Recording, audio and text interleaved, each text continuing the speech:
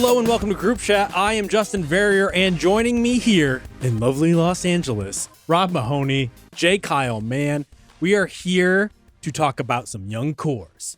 We did 2 parts, 2 robust episodes, totaling probably more than 5 hours, going through number 30 to number 1 of the best collection of young players in the entire NBA. We also did some ranking of the best blue chip prospects. You'll see part 1 of that and listen to it after we get through this little spiel here. And then part 2 will go up on Thursday. But first and foremost, guys, we got to talk about how the olds triumphed in the NBA Cup. Us? No. Well, I guess us to a certain extent because we had some fun together. We triumphed. We ate, Definitely. I know you're very sensitive about heavy meals before you podcast. So I think in that sense, you triumphed tonight, True. JB. That's proof that you're old. The young man's game is I'm just going to eat whatever before I go to play.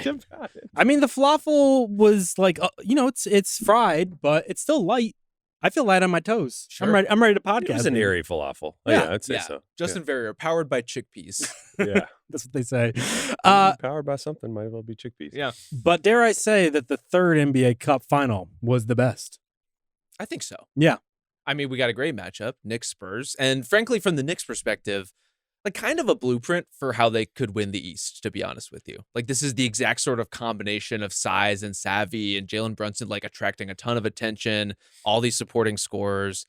They just have a lot to work with. And a team like the Spurs has a lot to work with too, but they're figuring so much out in real time that the Knicks have already figured out through multiple playoff runs. And so you could I just think the experience really differentiated them in this game. Mm-hmm. And of course, just the size. I mean, the Knicks looked huge, and that's with Cat being injured for part of this game. Yeah, that's funny because you look at the guys that, I'll start with what you were talking about. I think the process was the most obvious glaring thing that was, and I don't mean Joel Embiid. I mean, the way that the Knicks were going about their business. Granted, as you get a little older, luckily, if you're lucky, you start to know who you are a little bit better. For some people, that involves therapy or just being together with great teammates like the Knicks, which is a form of therapy, I guess, in a way. I think so. But I think down the stretch, kind of something that really jumped out to me was the fact that you mentioned the diversion, using your primary source of score as a diversion that can kind of have this ripple effect, and we'll get more into this in detail, I know, but it was a little... You could just kind of see that the Spurs weren't as sure about that, about how to go about that process. And the Knicks just were. They're really effective at it. Yeah, it's funny because earlier in the game, we were remarking about kind of the juice that collectively the Spurs all had, especially in contrast to the Knicks, who were much more girthy and methodical is how I would describe them. And the first half was like a home run derby for the Spurs. It was like dunk, layup, dunk, just all in transition, all easy. And then that changed really quickly. Yeah, and the bench looked particularly spry in contrast to the Knicks, who are like kind of piecing this together, especially with Hart going into the starting lineup.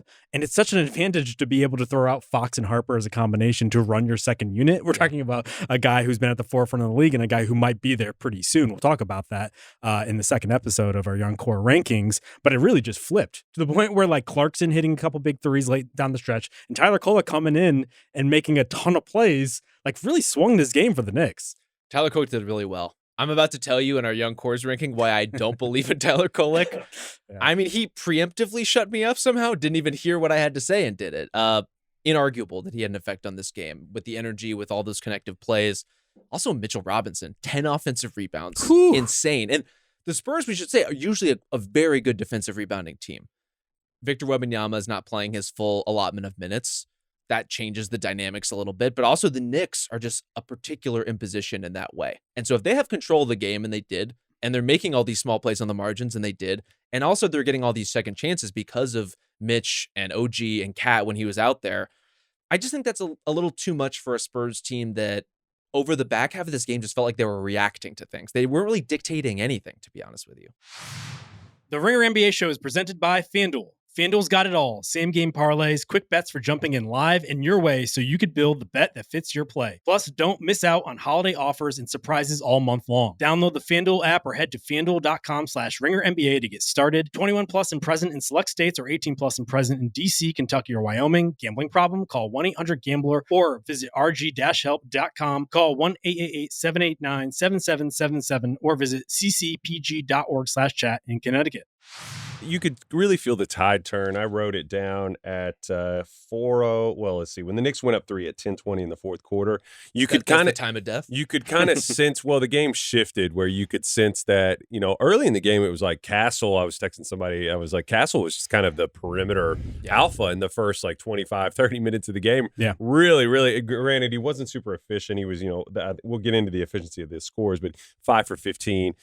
They wasted a really great Dylan Harper shooting night. That was tough. But the game, I felt like the Knicks kind of forced them into the deep end a little bit, and they were like, "All right, buddy, show us you can paddle those feet." And the Knicks just have a more effective, and forcing not only a young team to guard deep into the clock, which is tough, but then also forcing them to reset and guard again. And a lot of those just kind of like broken plays. It just kind of accumulated. It was, Clarkson hit one off of like a loose ball, scrambling for the rebound, kick it to him. It just seemed like it was a lot of plays like that kind of added up to their demise. So we talked the other day about how much of an impact Wemby had in limited minutes against the Thunder. Today's game, I was actually startled by his line because it looks pretty good on paper, but he hit a couple big jumpers and key moments where the shot just looked very good, but ultimately pretty muted performance. How much do you think that's the minutes and just kind of trying to balance all of that versus dealing with the heft of the Knicks? Because it seems like at times they were really getting up under him, and those are a lot of big boys to contend with. I thought he played really well for a while, and then after that stretch where he was basically alternating threes and lob dunks, and then he hit a Dirk kind of elbow mid-ranger that was really sweet, he just started hunting for the dagger. He's just kind of trying to hit huge shots and not trying to hit good shots, or at least create good shots. And so I think he was as guilty of anyone as in terms of not settling into some kind of process like you were talking about, Kyle. It's they were just kind of chasing stuff, and you can't do that in a game like this. You have to settle down. You have to find your bearings. And De'Aaron Fox, I thought he had a really a real mixed bag of a game too in this way, where he's supposed to be the steady hand, and he looked like just as much of a chicken with his head cut off as Castle did at times, or Wemby did at times, where they're just kind of going after what's right in front of them. Yeah, we didn't get a great chance to see Fox be super methodical, but I think it's important to note that as young as this team is, the older components within this young team have also just not spent a ton of time playing together. I mean, still Fox and Wemby have only played 140 minutes together so far, so not a ton. And I just thought that I wanted to pose this to you guys. I kind of feel like Wemby, there's this thing that happens whenever a player does something crazy, like a player of Wemby's body type does something amazing, and you're just like, I can't believe somebody of that shape and size could do that. And we get so wowed and kind of intoxicated by it, and you could tell that Wemby does too, that he kind of goes back to it. It kind of causes this trade-off that can end up being positive. Like, remember when Giannis would hit threes? I always had this joke that everybody would be like, "Oh my God, he's making threes." If I were the opposing head coach, I would secretly do the Ron Swanson fist pump, because when Wemby gets lured into settling for those, I just feel like it causes him to go further out from what he does effectively. I just can't help but think that if they can operate somehow with him at the slot and get him attacking one-on-one matchups and then have him pass out of that, it just seems like the more. It feels like he needs to settle into something that is more effective for him, because either they're deferring too much or they just don't know how to all feed off of each other. It's just not quite straightened out the way it is for the Knicks. I want to give the Knicks credit for that too, because I think some of what they did defensively, especially in the late third quarter into the fourth, was blow up a lot of that connective tissue. The opportunities where Wemby was getting a little duck in where he would draw a foul, all of a sudden Tyler Kolek cut him off in transition. They never get Wemby the ball. They have to pull it out. They have to reset. There were a lot of plays like that where normally you would see Wemby get to an advantageous spot, and instead he's circling out to three. He's taking those shots that he's kind of been subtly reinforced to take because he hit two of them, and then all of a sudden they're just falling into a really weird rhythm. Yeah, he got off to a fast start this season because he had a nice balance between the two approaches. Yeah. And you thought that if he could just carry that out throughout the season, then he would be onto something pretty spectacular quicker than we probably thought. Unfortunately, teams have kind of got up under him, have sicked these kind of big wings at him in order to jostle his dribble. And I do think he is still in kind of a shell shock mode when that happens. And now this wasn't the bigger wings. It was a lot of Mitchell Robinson and whatnot, but that's still a lot of big bodies crowding him. And it forces him to take those threes. And if he's not hitting them, then obviously it's a little bit easier to guard him. I was a little bit disappointed though that the guys around him couldn't activate things, because in that Thunder game, you saw the cascading effect of Fox leading into Castle, leading into Harper. And in this one, it felt like guys were going at times, but a lot of the time it was there was some your turn, my turn stuff at first. And then there didn't seem to be that natural rhythm that kind of burst out in that Thunder game. And I do wonder if this is the battle overall for this team, where it's just like, how do you balance those guys? We saw it down late, like they played the 3 guards together with Vassell, I believe, or perhaps with all Champagne. 3 guards with Vassell and Wemby, which is something we've been kind of eager to see how that would pan out over a longer term. And certainly in a game like this, right? It wasn't really enough of what they needed. Yeah, and they had to choose even before that, going with Harper over Castle, which I don't think you want to do. Harper was playing better. He got Brunson to turn it over with the backcourt violation. But at the same time, like, Castle is built for these moments. And even if he wasn't shooting well, I want him out there in that moment. Yeah. Mm-hmm. I think that was probably mostly just rotation stuff. It was like getting Castle a quick rest so he could come back in and finish with that group. The Castle part of this is interesting, though, because he had a really sharp playmaking game. I thought he was making some passes. It's like, whoa, that's a nice, nifty feed for a young point guard to make, especially one whose kind of on-ball capacity was up for debate in his rookie season. Like, who is this guy going to be? Some really advanced individual passes. But when it came to all these organizational aspects, he wasn't settling the team down necessarily in the 3rd and 4th quarter. He was making spectacular individual plays. And this is sort of the balance of where he is right now as a prospect, is can he do both of those things? Can he make the next level plays, but also get the Spurs into some collective next level stuff? I also think there was a pumpkinization of some of their key guys that really would have made a big difference. And there was too much shot missing going on where we needed shot making. And these were open looks. I mean, Barnes he went 0 for 4 from 3. He got to the point where he passed one up and drove into Brunson and got lucky and got fouled. But then you get Vassell, 4 for 14, 2 for 7 from 3. It just kind of added up in a way that was just not survivable, I think, ultimately for them. Yeah. On the flip side, OG Anunoby, did he miss a shot tonight? Didn't feel like it. I don't Fucking remember. Rules. Every game he plays. We were actually trying to figure out if Rob could curl more than OG Anunoby. We were not trying to figure that out. I think it's been asked and answered. Could OG Anunoby curl Rob? I think is a fair question. You know what? I'm willing to donate myself for the experiment if OG wants to try it. But the all-around game, like, this is the moment he was built for. He's awesome. Like, just an incredible all-around player. We know what he can be defensively. And he's one of these guys who's just so good if you turn your head. Like, if you turn your head to watch Brunson for too long, Cutting he will cut. Great. The shot will always be there for him and is super reliable. He's also big enough that a late contest is not enough. All these combination plays from him where he's impossible to pin down and he's impossible to focus on because he's never the driving force of really anything they do. Mm-hmm. Do you guys think about the Knicks or Spurs any differently based off of these cup runs?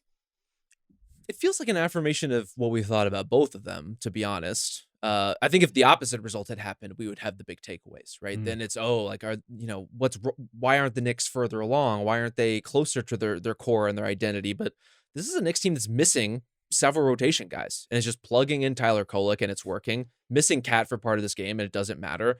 They just have enough like impact veteran contributors who make these sorts of huge plays. Mm-hmm. And that's who we expected them to be going into the season. It's not always who they've been during the early stages of this regular season, but they're here. They're going to be here. They're going to be one of the best teams in the East. I did kind of feel like you were Louis C.K. in American Hustle, and I was Bradley Cooper coming in and laughing at every great play that Tyler Kolek made. I was like, ha, ha, ha, ha, just really having a great time. He's probably going to have his own pumpkinization after I bragged. But don't make me the Louis C.K. of anything ever again, please.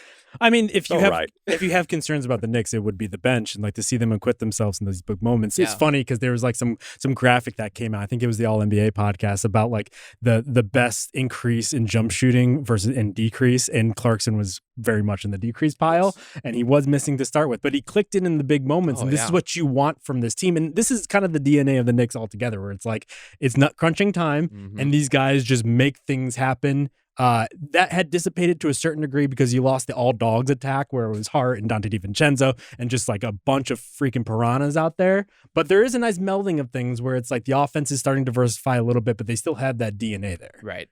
I think getting that sort of honest to goodness Jordan Clarkson game is huge. It's huge for his confidence. He's had a couple of like little scoring pop games here and there.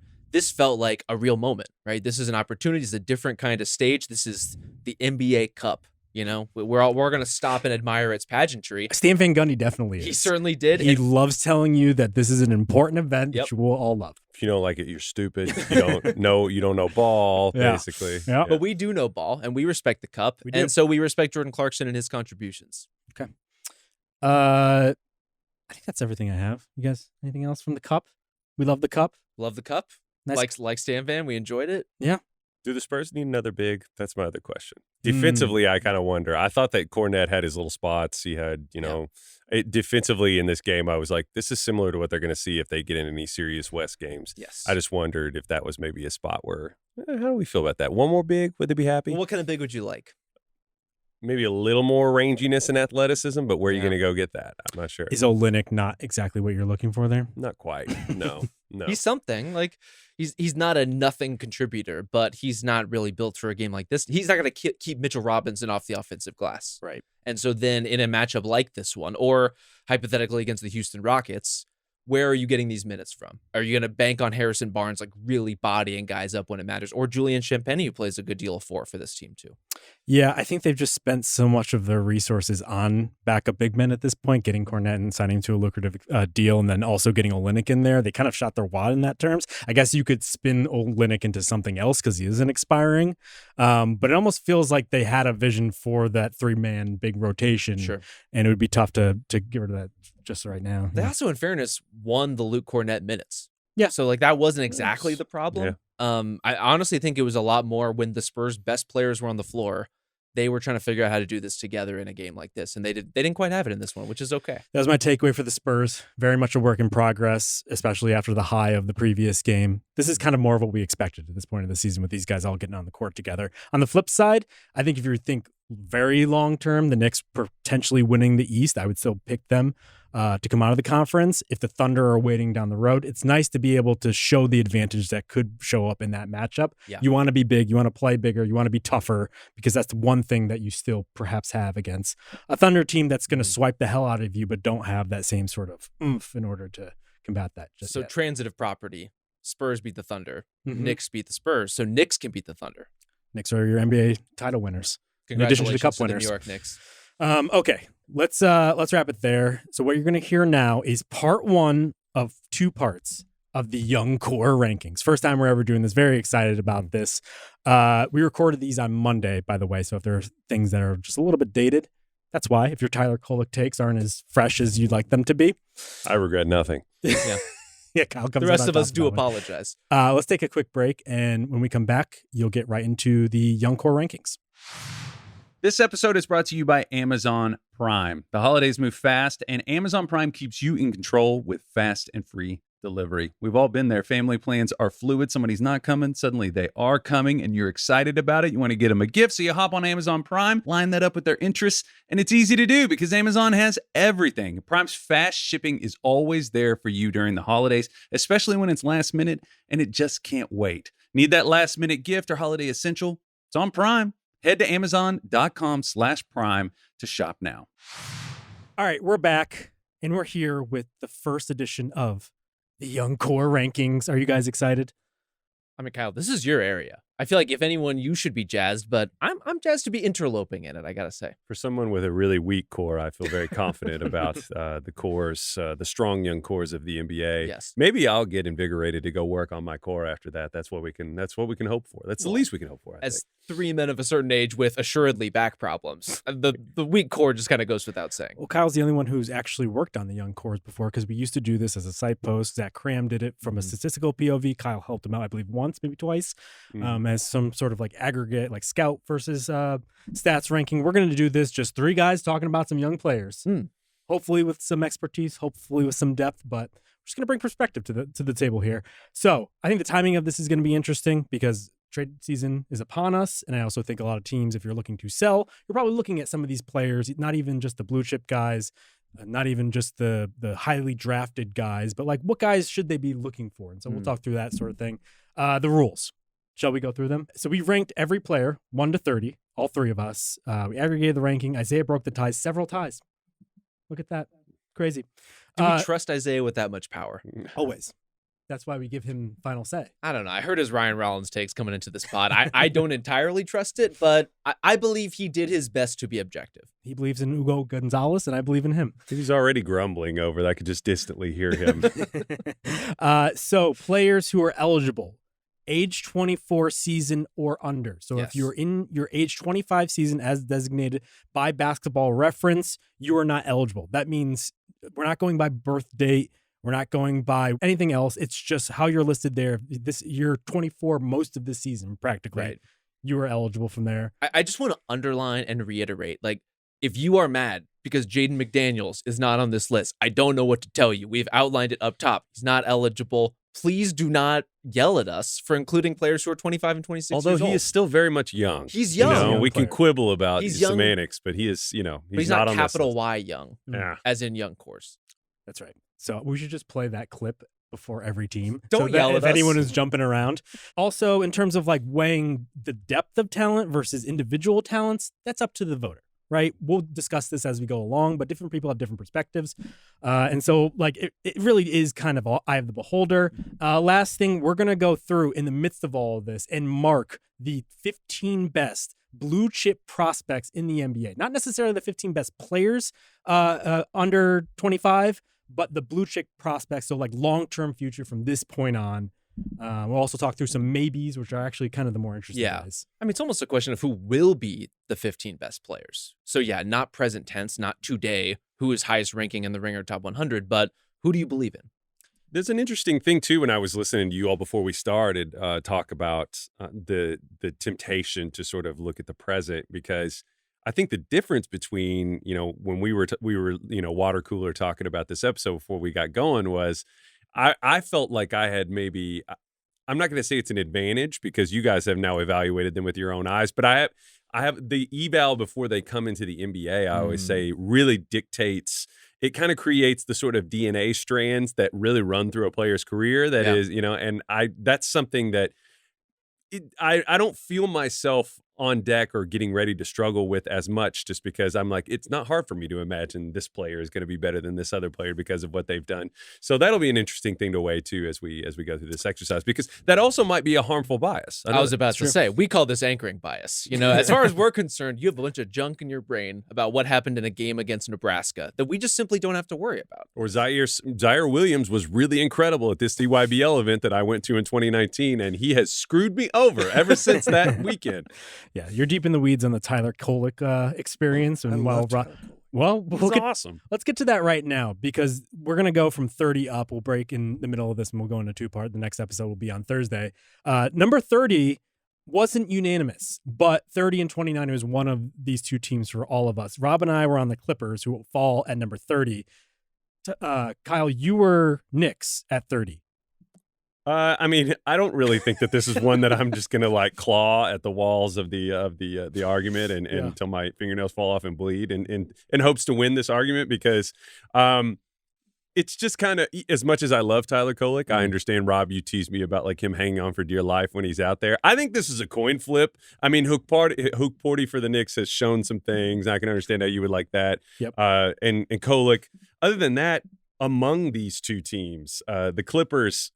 What is there? What is there that is even worthwhile long term? I mean, are you guys Cam Christie enthusiasts or no? I think this is why they're distinctly the number 30. As I look at every theoretically young Clipper, and I say theoretically because even Yannick Konan-Niederhauser, that's a project. Can you say that again? Yannick Konan-Niederhauser. He's very proud of himself to be able to say it. He's rattled it off like 20 times. Literally a player's name. I was like, Rob, what do you want for lunch today? Yannick Konan is just like, why'd you say that? Yeah. I want what I want.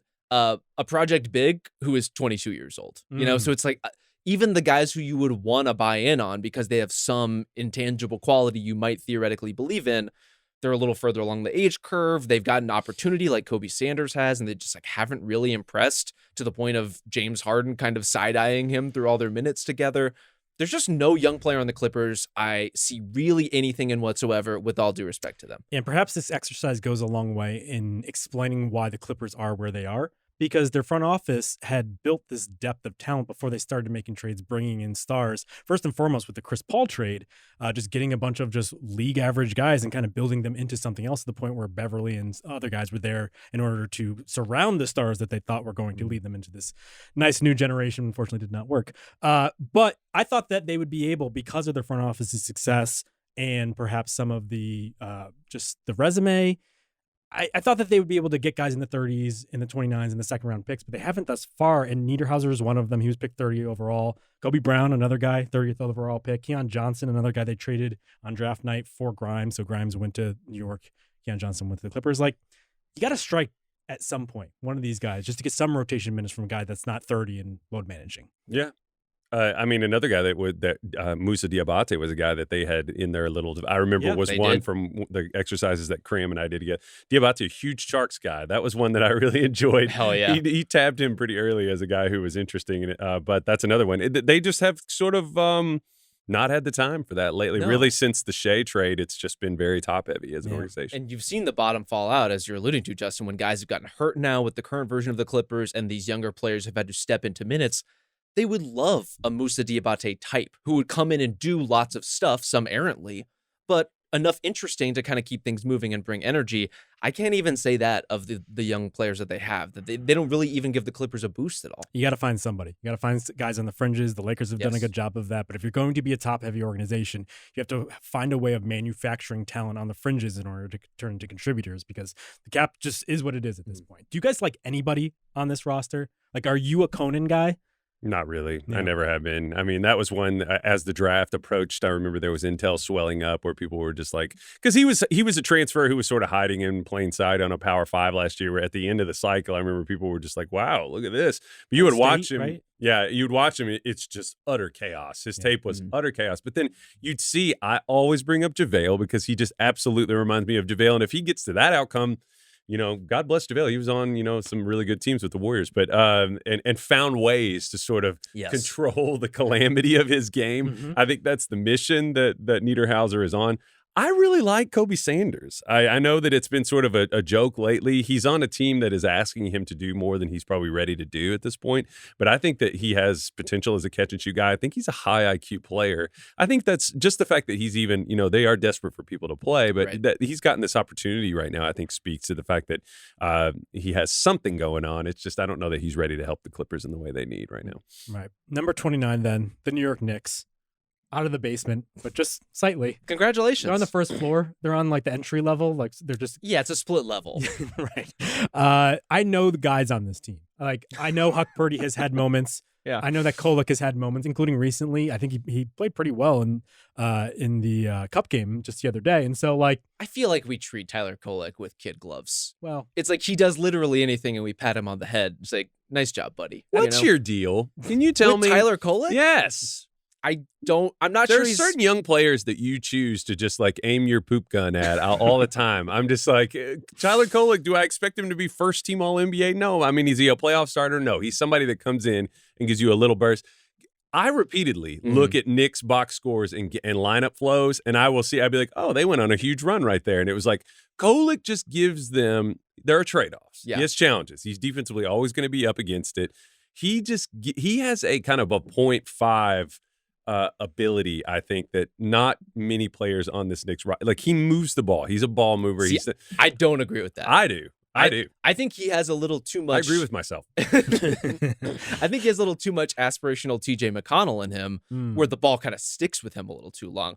You're out here scanning box scores and game flows. I'm out here crunching tape, Kyle. We are not the same. I'm Rob, watching the Tyler. I never do one or the other, just to be clear. When he I find that he gets them, that their offense lubricated in a way. I don't think that he's a harmful sort of deterrent to what they do. I don't think he's harmful. I just think he is a guard of a certain size who to me is not an impact scorer, to me who can be picked on defensively. And I've just seen him one too many times get like trapped at half court and completely smothered out of possessions. And I'm not saying he can't overcome those things. Of course, with time he could. But as far as a prospect I'm ready to invest in, this is why the Knicks are at number 29. Tyler Kolek is by far their most interesting prospect. And he's 24 years old. He's 24 years old. And even then, I'm quite lukewarm at best when it comes to the Kolek experience. The unfortunate thing is it's not going to get better for the Knicks because all of their picks belong to the Brooklyn Nets. And so I don't think they'll be drafting highly anytime soon, but it doesn't matter. So these are your guys. This is your future.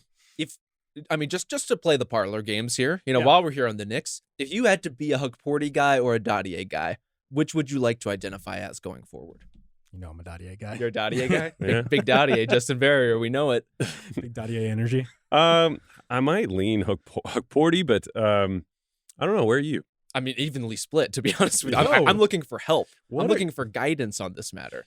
What a conversation, seriously. I mean, it's Dadier has. I mean, he's a lot longer a longer bet. Granted, he's 3 years younger than Hukporti, which is kind of hard to believe. But Hukporti has shown things in bursts. I think there are some people that think that Dadier has a chance to be a really dynamic guy who can give you some ball movement, maybe some spacing, things like that. But no, there's just nobody.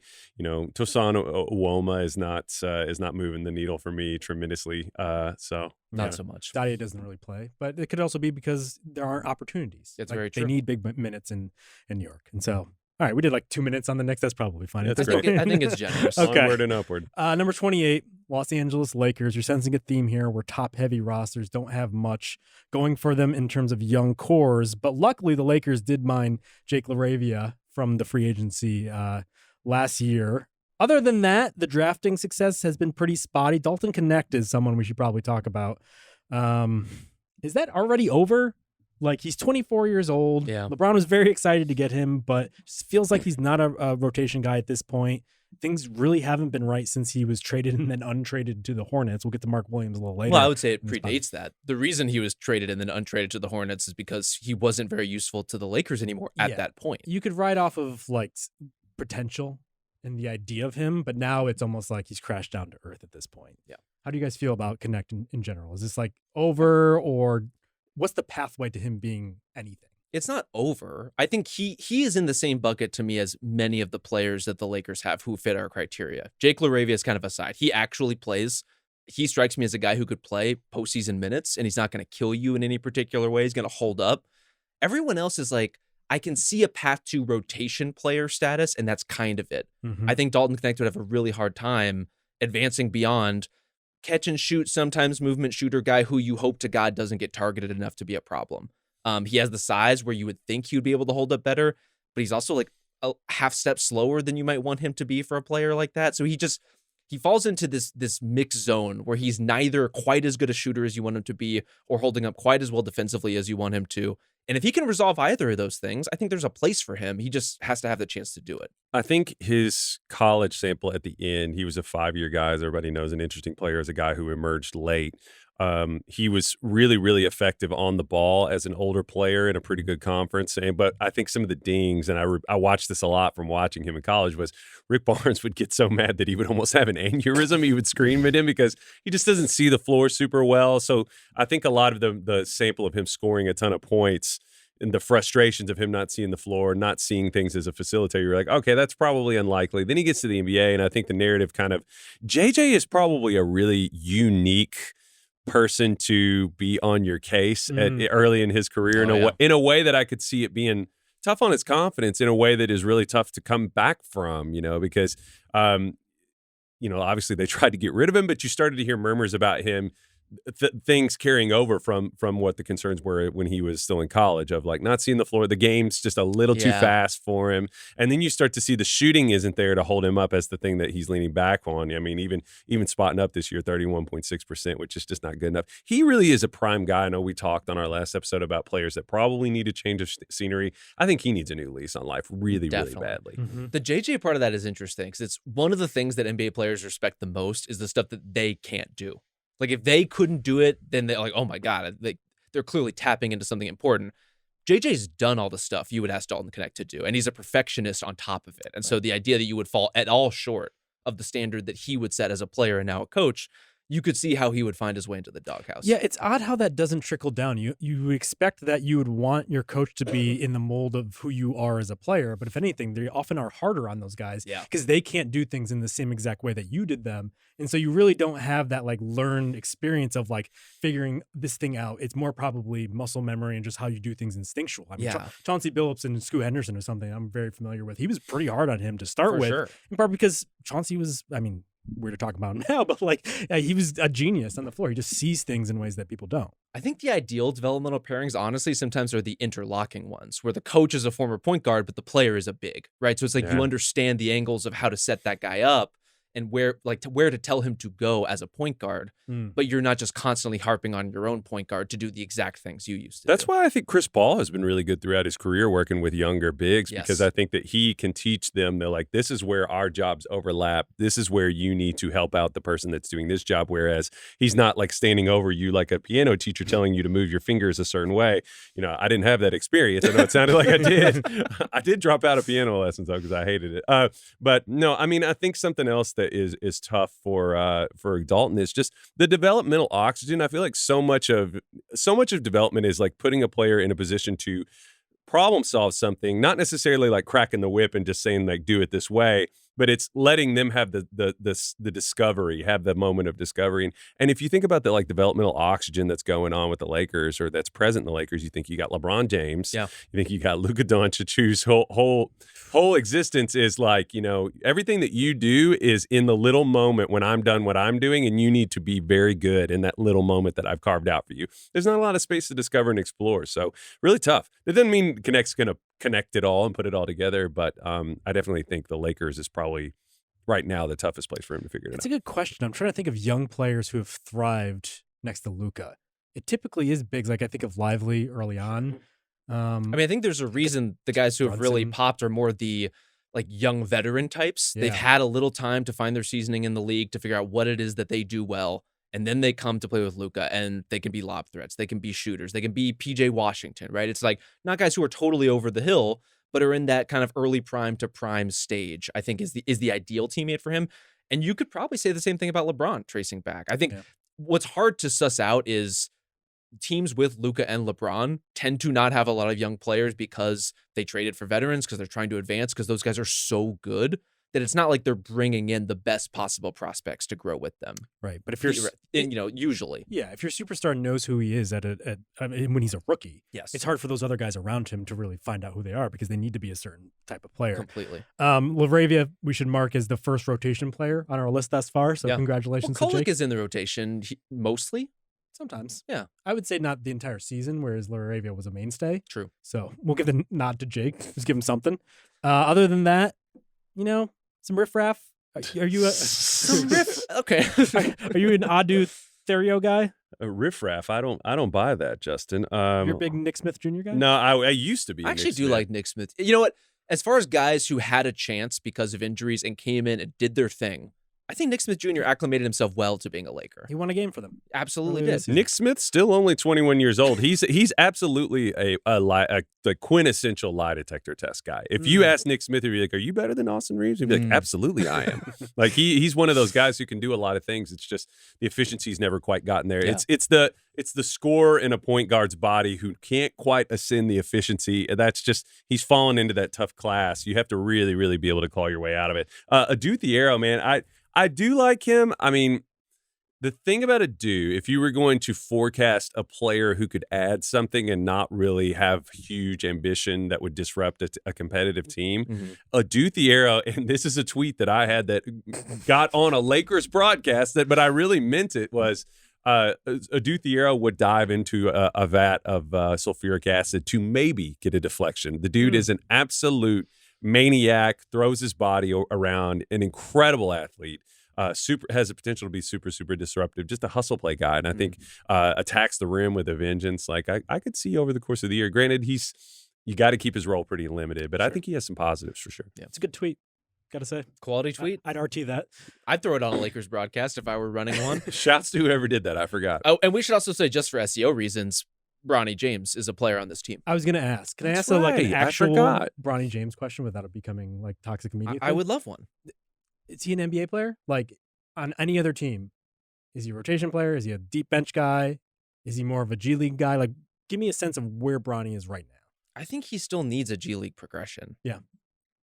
Again, if he were coming in, and the model for him in terms of the prospect watching was like a Davion Mitchell type defender, right? Can he be an aggressive in your shorts, pick you up full court kind of guy?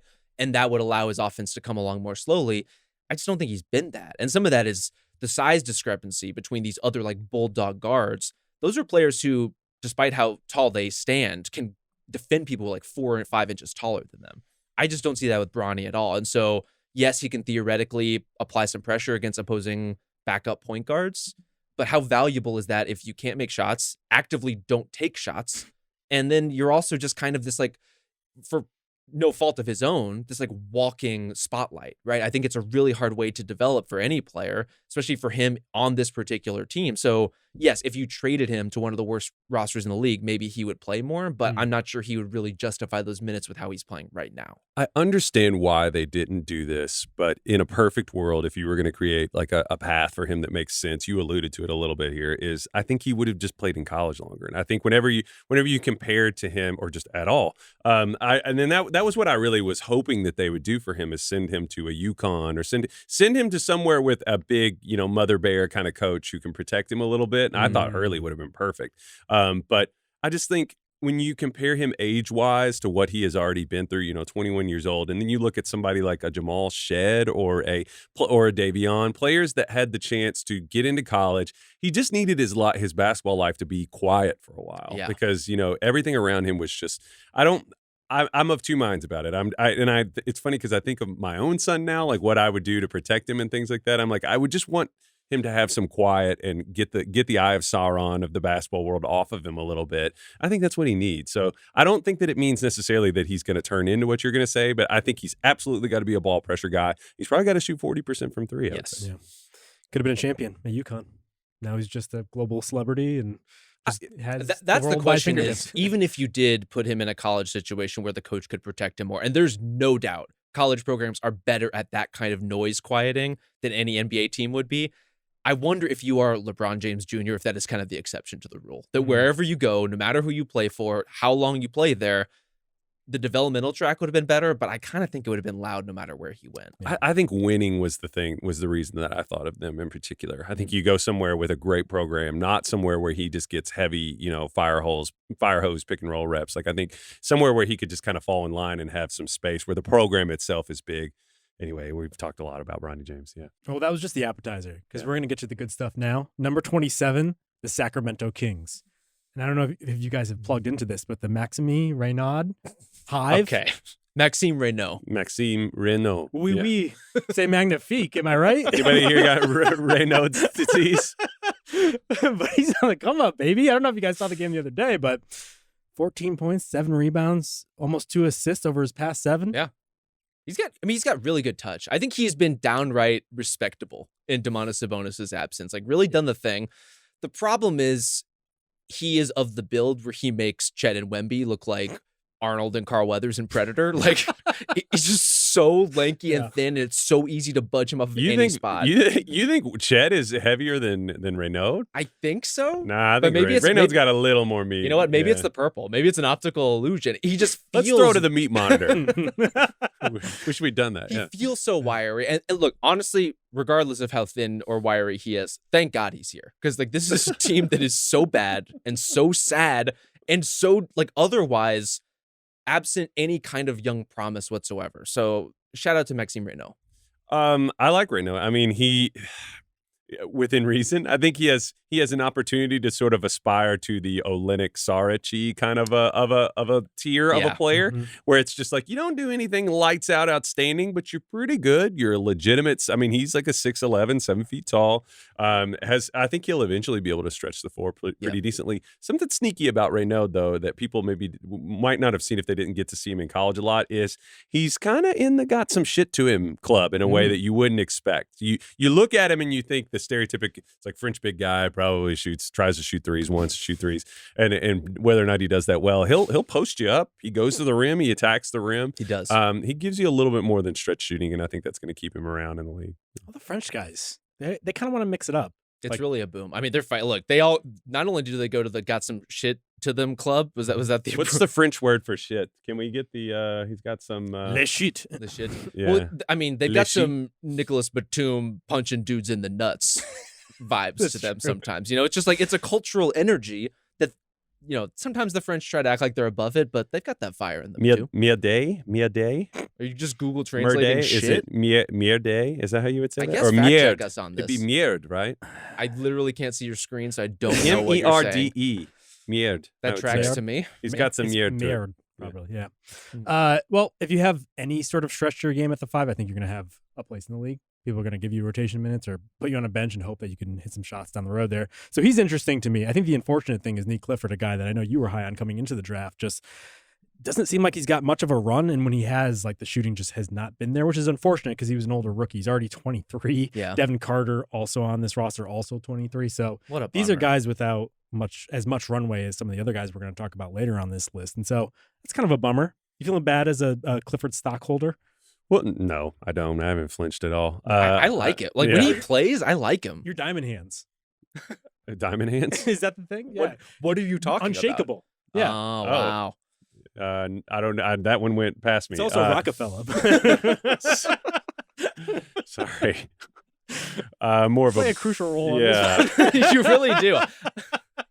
You're Cer- translating something. I just don't know what it is exactly most of the time. Yeah, we'll get a Justin translation on that one. No, I mean, if you're gonna be, if you're gonna deprive you young guys of minutes, you want to have winning veteran players ahead of them, right? To justify that, Yeah. that makes a ton of sense. Yeah. So I'm being sarcastic if anybody couldn't tell. He's using blue text. No, yeah, I like Clifford. I haven't flinched at all on that. Carter, I wasn't like super high on, but I understand energetic guy who's going to be able to, ideally hit shots. I haven't checked in on Carter in a little while, but Clifford, I absolutely haven't budged. He just does so many things. Like I think he'll fit in somewhere. He's a real defender. I don't know where he slots in offensively quite yet. And that's the area of his game where I love everything that's happening in terms of defense and energy. And then offensively, he's just so off balance all the time. Like it's like he's catching himself by surprise with a lot of the stuff he attempts to do. I don't know what to do with a player like that, but I'm happy to try. Like I'd be happy for the Kings to just give him more of an opportunity to find that footing. Awesome at Summer League. Did he win MVP or like co-MVP? He was definitely on one of the lists that they put out there. He like kicked the ass whole at Summer Summer League. Yeah. I think there's a list of like 75 players you could tell me won the Summer League MVP, and I would believe you. Josh Selby, definitely on that list. Oh, there's no doubt. Summer League legend. Yeah. Glenn Rice Jr. also MVP. Voted for him that year. Let's go, baby. That was a Nepo vote. I watched Glenn Rice eat candy at a U of L game recently. I was sitting behind him. I was starstruck. Glenn Rice was there. Jujubes or what was I was about? gonna say he seems like a trolley bright crawlers man. I feel like he was eating M&Ms. I forgot the candy. I absolutely should have remembered. If I was, so wrong. You're just What? typecasting him as a trolley guy. He He's feels a like specific type of guy. he feels like a gummy man to me. I was getting Trolleys gummy worms, Yes. right? Yeah. Specifically a sour gummy When was worm. the last time you ate a gummy worm? Lower one of those into your mouth? It's not a. Is that the only way to eat one? You I shouldn't think eat them in public. Yeah, if you don't want to get your hands all dusty. I guess All that's true. salty. Look, or you're more sugary. evolved. I'm just getting in there. You Yeah. know, I'm not messing around. All right, number 26. And if you're listening to this on Spotify, you should probably maybe click on to the video portion of this because we're going to be putting up all the guys on that qualify for each team up on the screen here. Thanks to Victoria and Isaiah and Ben for figuring all this out. But number 26, the Boston Celtics, the first team on my list where I marked multiple guys. So before it was just one guy. Walsh, rotation player. Sure. Minot, rotation player. And then Hugo Gonzalez.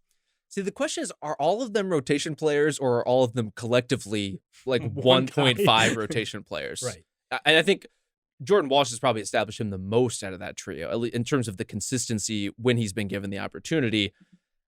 They just all have had their moments in a way that I think has been great.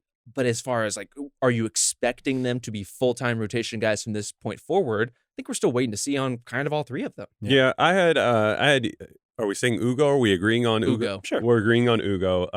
Walsh. Those are the two guys that I marked as had the potential to be top 100 players.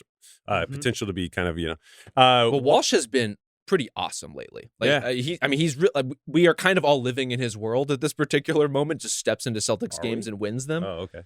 But yeah, so I'm with you on those lines. Like they do feel like guys who could crack that kind of threshold. I've said this before, but this is one of my favorite Walsh anecdotes that I thought revealed a lot about his personality. Was before his rookie season, he was getting interviewed because he had a reputation as a defender. And at Boston Media Days, they were like, what goes into being a good perimeter defender? And the first thing that he said was, know where the officials are. So I was like, and if you watch Walsh, he's a mega pain in it, like canker sore, mega pain in it. Canker sore on your ass. I don't think that's possible, but if it were possible, it would be Jordan Walsh. Granted, it's called something different, but yeah. Yes, it is. Maybe we'll get sponsored. No, yeah, it's always just been about him getting those things on the floor by doing other things because we knew he could defend. But it's just shooting the ball. That's been kind of the thing they've needed him to do to bring that stuff. When established teams have to go and like dig through the crates of like second round guys and take flyers on guys, it's always funny because the guys they end up picking are ones that are in the image of the head coach. It's like really to their preference because they have an established structure, but they're like trying to feed into that. And you know that Joe Maz like loves all three of these guys. Like if you're thinking of like the qualities of Ugo, Walsh, and Minot, it's like one, could they be talked into doing jujitsu with Maz? Sure. And two is they got that dog in them. And They all do. three of these guys have many a dog in them. But I think the paradox of having that dog in you and playing for Joe Mazzulla is sometimes he does love you, sometimes he despises you. Yeah, that's true. You know, sometimes the dogs they just get into a fight out in the yard together and they need to be separated. And guess what, Josh Minot, you're going to the bench right now. But 2 games from now, you're going to play instrumental minutes in a huge stretch. Just kind of the way it goes around there. Yeah. I had an interesting stat about Josh Minot. I really enjoy Basketball Index's defensive filters. They have a couple different, proprietary kind of things. Like, and one of the role versatility is one of the ones that they do that I like to go check. And players in this field, we'll call it U24. Among those players, number one in highest matchup versatility on defense was Dyson Daniels, but number 2 was Josh Minot on a decent minute sample. So I think that's somebody who if you were gonna argue what he was gonna provide a couple years ago, I think he's proving that he's on the track to be that guy. And that's where someone like Ugo is more pick up the guards full court. And Josh Minot is sick 'em on basically anybody that needs to be sicked. It's a great versatility to have. Like they all do have their pockets of being best against slightly different kinds of opposition, which is nice. So if the Celtics broke the rotation player barrier, we're now getting to the guys who we have to start to consider in our blue chip rankings. We're going to go to the Bucks at number 25, and they actually have a guy. They have a guy. And Ryan Rollins. What type of guy do they have? I think is an open question. But if we actually did most improved player and like went by the letter of the law and not just give it to, I don't know, guys who score a little bit more, the Tyrese Maxeys who jump from like 20 to 25 points over a season in their third year, even though they were lottery picks, I think Rollins would fit that. Last year, so he was converted from a 2-way last March, which is crazy. So it hasn't even been a year on a full contract. And then last year he averaged 6 points, 2 rebounds, 2 assists. He's up to 17, 6, and 4 on pretty stellar efficiency. But I think the question is ultimately like, how much of a guy is he? Like, do you see him as we have him in the top 100 right now. We do. But is he like, without Giannis there, is he just kind of an average guy as opposed to like a guy's guy? A guy's guy. I mean, what defines a guy's guy to you? The Tom Selleck Award? Is that a dated reference? Just tries a Ferrari, yeah. No, just like a guy who could stand on his own, not like a supplement to a star player, although that's helpful in its own right, but like a guy who could potentially, you would consider him for an all-star bid down the road.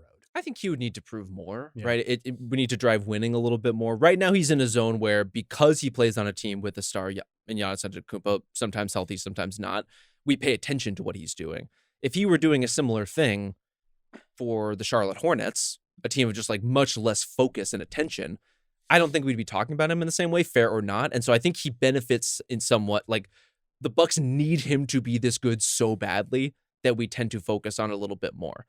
That's not to say he can't eventually be, maybe like a borderline all-star level player. I wouldn't rule that out given what we've seen. He gets into the paint all the time, plays with a ton of defensive intensity, and he's now like 2 years running of making threes really consistently. This year shooting like 6 a game, which is not nothing in terms of sample. And shooting them in a lot of different ways. Yeah. I mean, he can create them for himself really well. He's 40% in ISO from threes this year. He's 45.5 on his spot ups, and in the pick and roll, he's at nearly 40% on. You like to have that gravity at the point of attack if you're going to be that guy, a guy's guy. Yes. And there's really, if you look at the teams below this, I think this is the first player that we've hit so far on the list and the pool of players who can do these types of things credibly and consistently.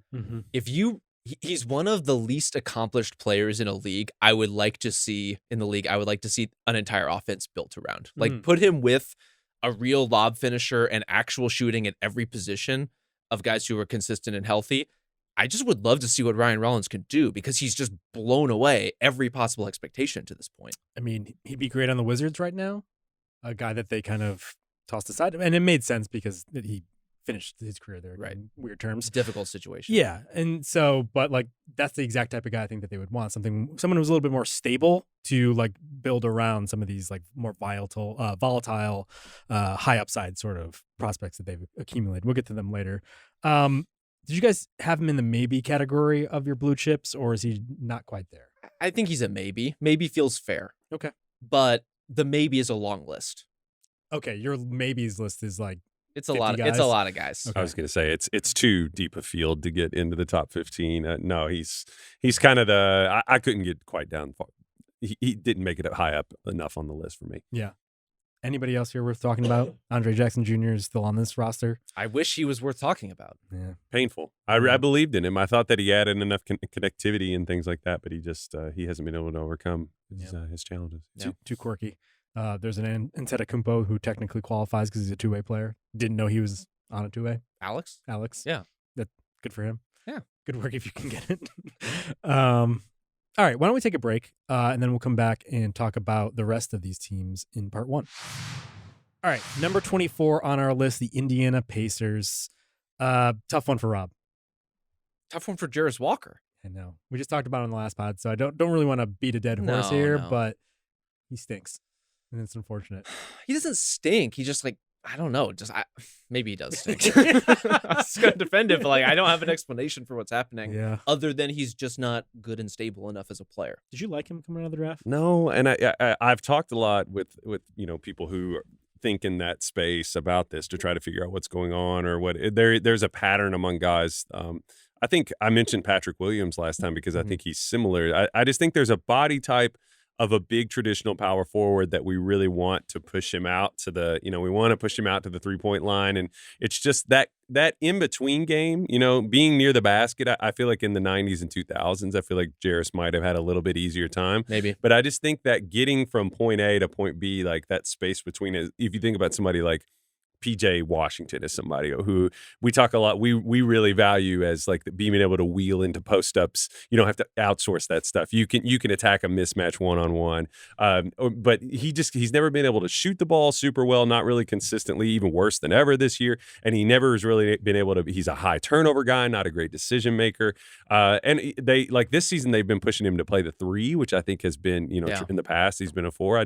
I don't think that he's quite had the perimeter game to put everything together to justify it. And I think it's I don't know. Maybe he needs to go the other direction. He needs to go to another team that pushes him, lets him be near the basket more. He will occasionally have those games where he just hits a crazy step back 3 or makes a move on the perimeter that again kind of forces you to believe that he could be this sort of prototype athletic forward. But then they got Pascal Siakam and they didn't need him to become Pascal Siakam anymore. And so he does suffer from not being able to just learn through all the mistakes. But he's also shown to this point, I don't think a lot of reason to think that he would be a star level prospect on the other side of those mistakes. He could be better than this if you gave him the opportunity to work through it. I just don't know that it would be worth all of the squeeze. This season's a tough one because if you're looking at him from another organization and saying, second draft guy, right? Let's take a flyer on him, see if there's any juice left in there. He really has the opportunity to play through most of his mistakes with the Pacers because half of the team is on the injured list. And even if Siakam's there, there's got to be minutes at the 4 for him to play his natural position, all this other stuff. And so I don't know what the situation is where someone would look at him and be like, oh, we could draw out that player we thought in there. Yeah. So I think there's a lot of that with the Pacers right now. And Ben Matherin's been hurt. And when he's been healthy, he's played quite well. Yes. This has not been the most gleaming Ben Shepherd season in the world. Another guy I really like and believe in and just has not been able to shoot well enough. And also it's a good defender, but not a great defender. And so there's times where he just gets in foul trouble, isn't quite mobile enough for certain matchups. That's always tricky.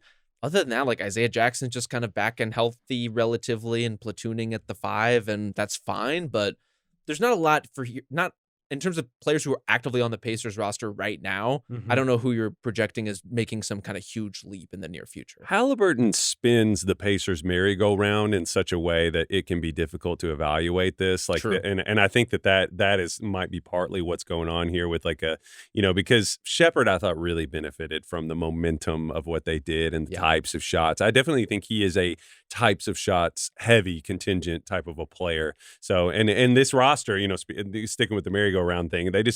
They haven't had anybody that can really get it going. So I think what we've seen is just stilted, out of rhythm, guys out of position, doing maybe more than they probably should be doing. And I think, honestly, that's more Halliburton's age out of this group, but I just think his impact overall for this team is so glaring. And I think his absence has really strained a lot of these guys. I think Shepherd is a great call for that in particular, because not only does he benefit from having a playmaker like that, but he benefits from having his role really narrowed. He's not a Jarris Walker, let's see everything you can do type. It's let's make you Danny Green and like just kind of do this very specific thing. So if he is on the carousel, he's not even like the horse. He's the little bench that you sit on and feel very safe and secure. And right now it's not spinning. So what would Mathurin be in that whole setup? Is he the guy that's like taking your change and like pulling the tickets? Well, I said merry-go-round. You said carousel. I mean, either one. I just Aren't they the same thing? merry-go-round and carousel? No. Wait, what is a merry-go-round if not a carousel? I mean, don't know. A carousel is a thing that you were talking about, like something that is self-propelled, like electric. I'm talking about like Tyrese Halliburton is the electricity. Okay, well there you go. Okay, well I'm just saying on a playground, a thing that needs to be manually. Gotcha. I see what you're saying. So Ben Mathurin, on a playground other than lately. I maintain that they're synonyms, but you know. Okay. So Ben Mathurin, 13 games post-injury, 18 points, 5 rebounds, 2 assists. So he's played well, as Rob was saying, when he's been available. The problem is he hasn't been gangbusters in a way that you'd expect. Like, there's so much opportunity for him to just live his best life. And he hasn't had a lot of those moments. I guess nobody's really watching, so there's a real tree falls in the forest situation. I do worry if he's going to fall into the case with Josh Giddey this past summer, Jonathan Kuminga, where he's successful to a certain degree. He probably sees himself in a certain way, but the money's not going to be there for a team that already sees itself in another way. Yeah. The Pacers are a Halliburton-driven team, and he's kind of ancillary, and he was helpful in certain regards. But do you need that if you're overpaying for that? I would draw a hard line on him in restricted free agency, and I wonder if that gets messy as a result. Can the Pacers draw that many more hard lines, though? You know, they've already lost Miles Turner. The center rotation, I mean, I don't think it's gone great. And I don't think anyone necessarily envisions Jay Huff and Isaiah Jackson as being the long-term solution at the 5 per se. Jay Huff, though, have you seen those block numbers? I mean, it's fine. Baby. He's getting the block numbers as he does. He's climbing those mountains. I guess. One carabiner at a time, baby. But like this big study abroad interview at Jay Huff. definitely does. But like this is a team that does need to hold on to its talent. Like they're gonna have the influx with potentially some draft choices, but they need to hold on to guys like Ben Mathurin too. Right, because they can't replace him. It will be tough very soon because they have the draft pick next year, thankfully. Yes. But after that, you expect them to be so competitive that, like, when are they going to draft that highly again? Yeah. Once they get Cam Boozer, this is all going to make sense. Yeah, fit them perfectly. No, Mathurin is just. I don't know that we're ever going to see him ascend beyond spark plug, second unit, maybe 6-man guy. I just don't know that he can score in the pick and roll, but it's just like if you ask him to do much more than that, I think you just start to see where the seam starts to show. So, Cam Jones, Johnny Furphy, you a Furphy guy? The lesser I Furphy? like Furphy. I really do. I think another guy got some shit to him. Cam Jones recently, for the first time in I don't even know how long, got upgraded to questionable. So that's great. Older guard from Marquette. I think he's just one of those older, kind of gives you a lot of things, doesn't give you a ton. But I think we'll see more of Cam Jones once we get the full strength Pacers. Okay. Denver Nuggets, number 23.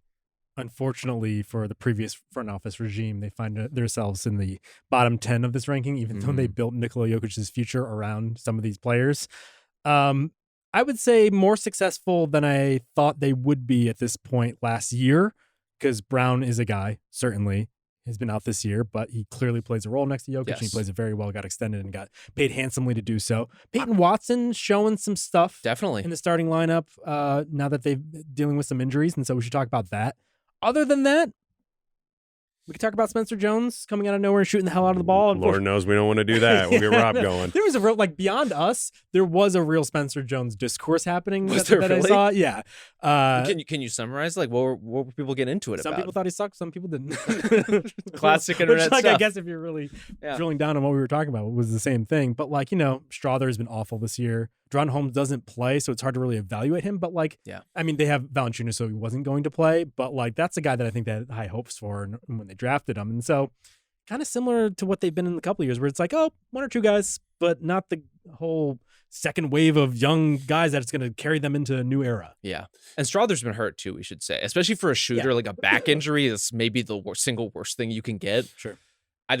not that anyone on this team needs excuses among this young core, but my problem with having them at 23 is Christian Braun is just better than many of the best prospects on the teams we have ranked above the Nuggets. So you were actually an outlier in this regard. You had them at 19. Yeah. Kyle and I had them 23 and 24. And I'm saying that Christian Braun, as you said, has been hurt. Before that, he was having just an objectively bad season by his new standards. Yeah. But the new standards are telling. Like, he made such a jump last year, and I believe in that jump.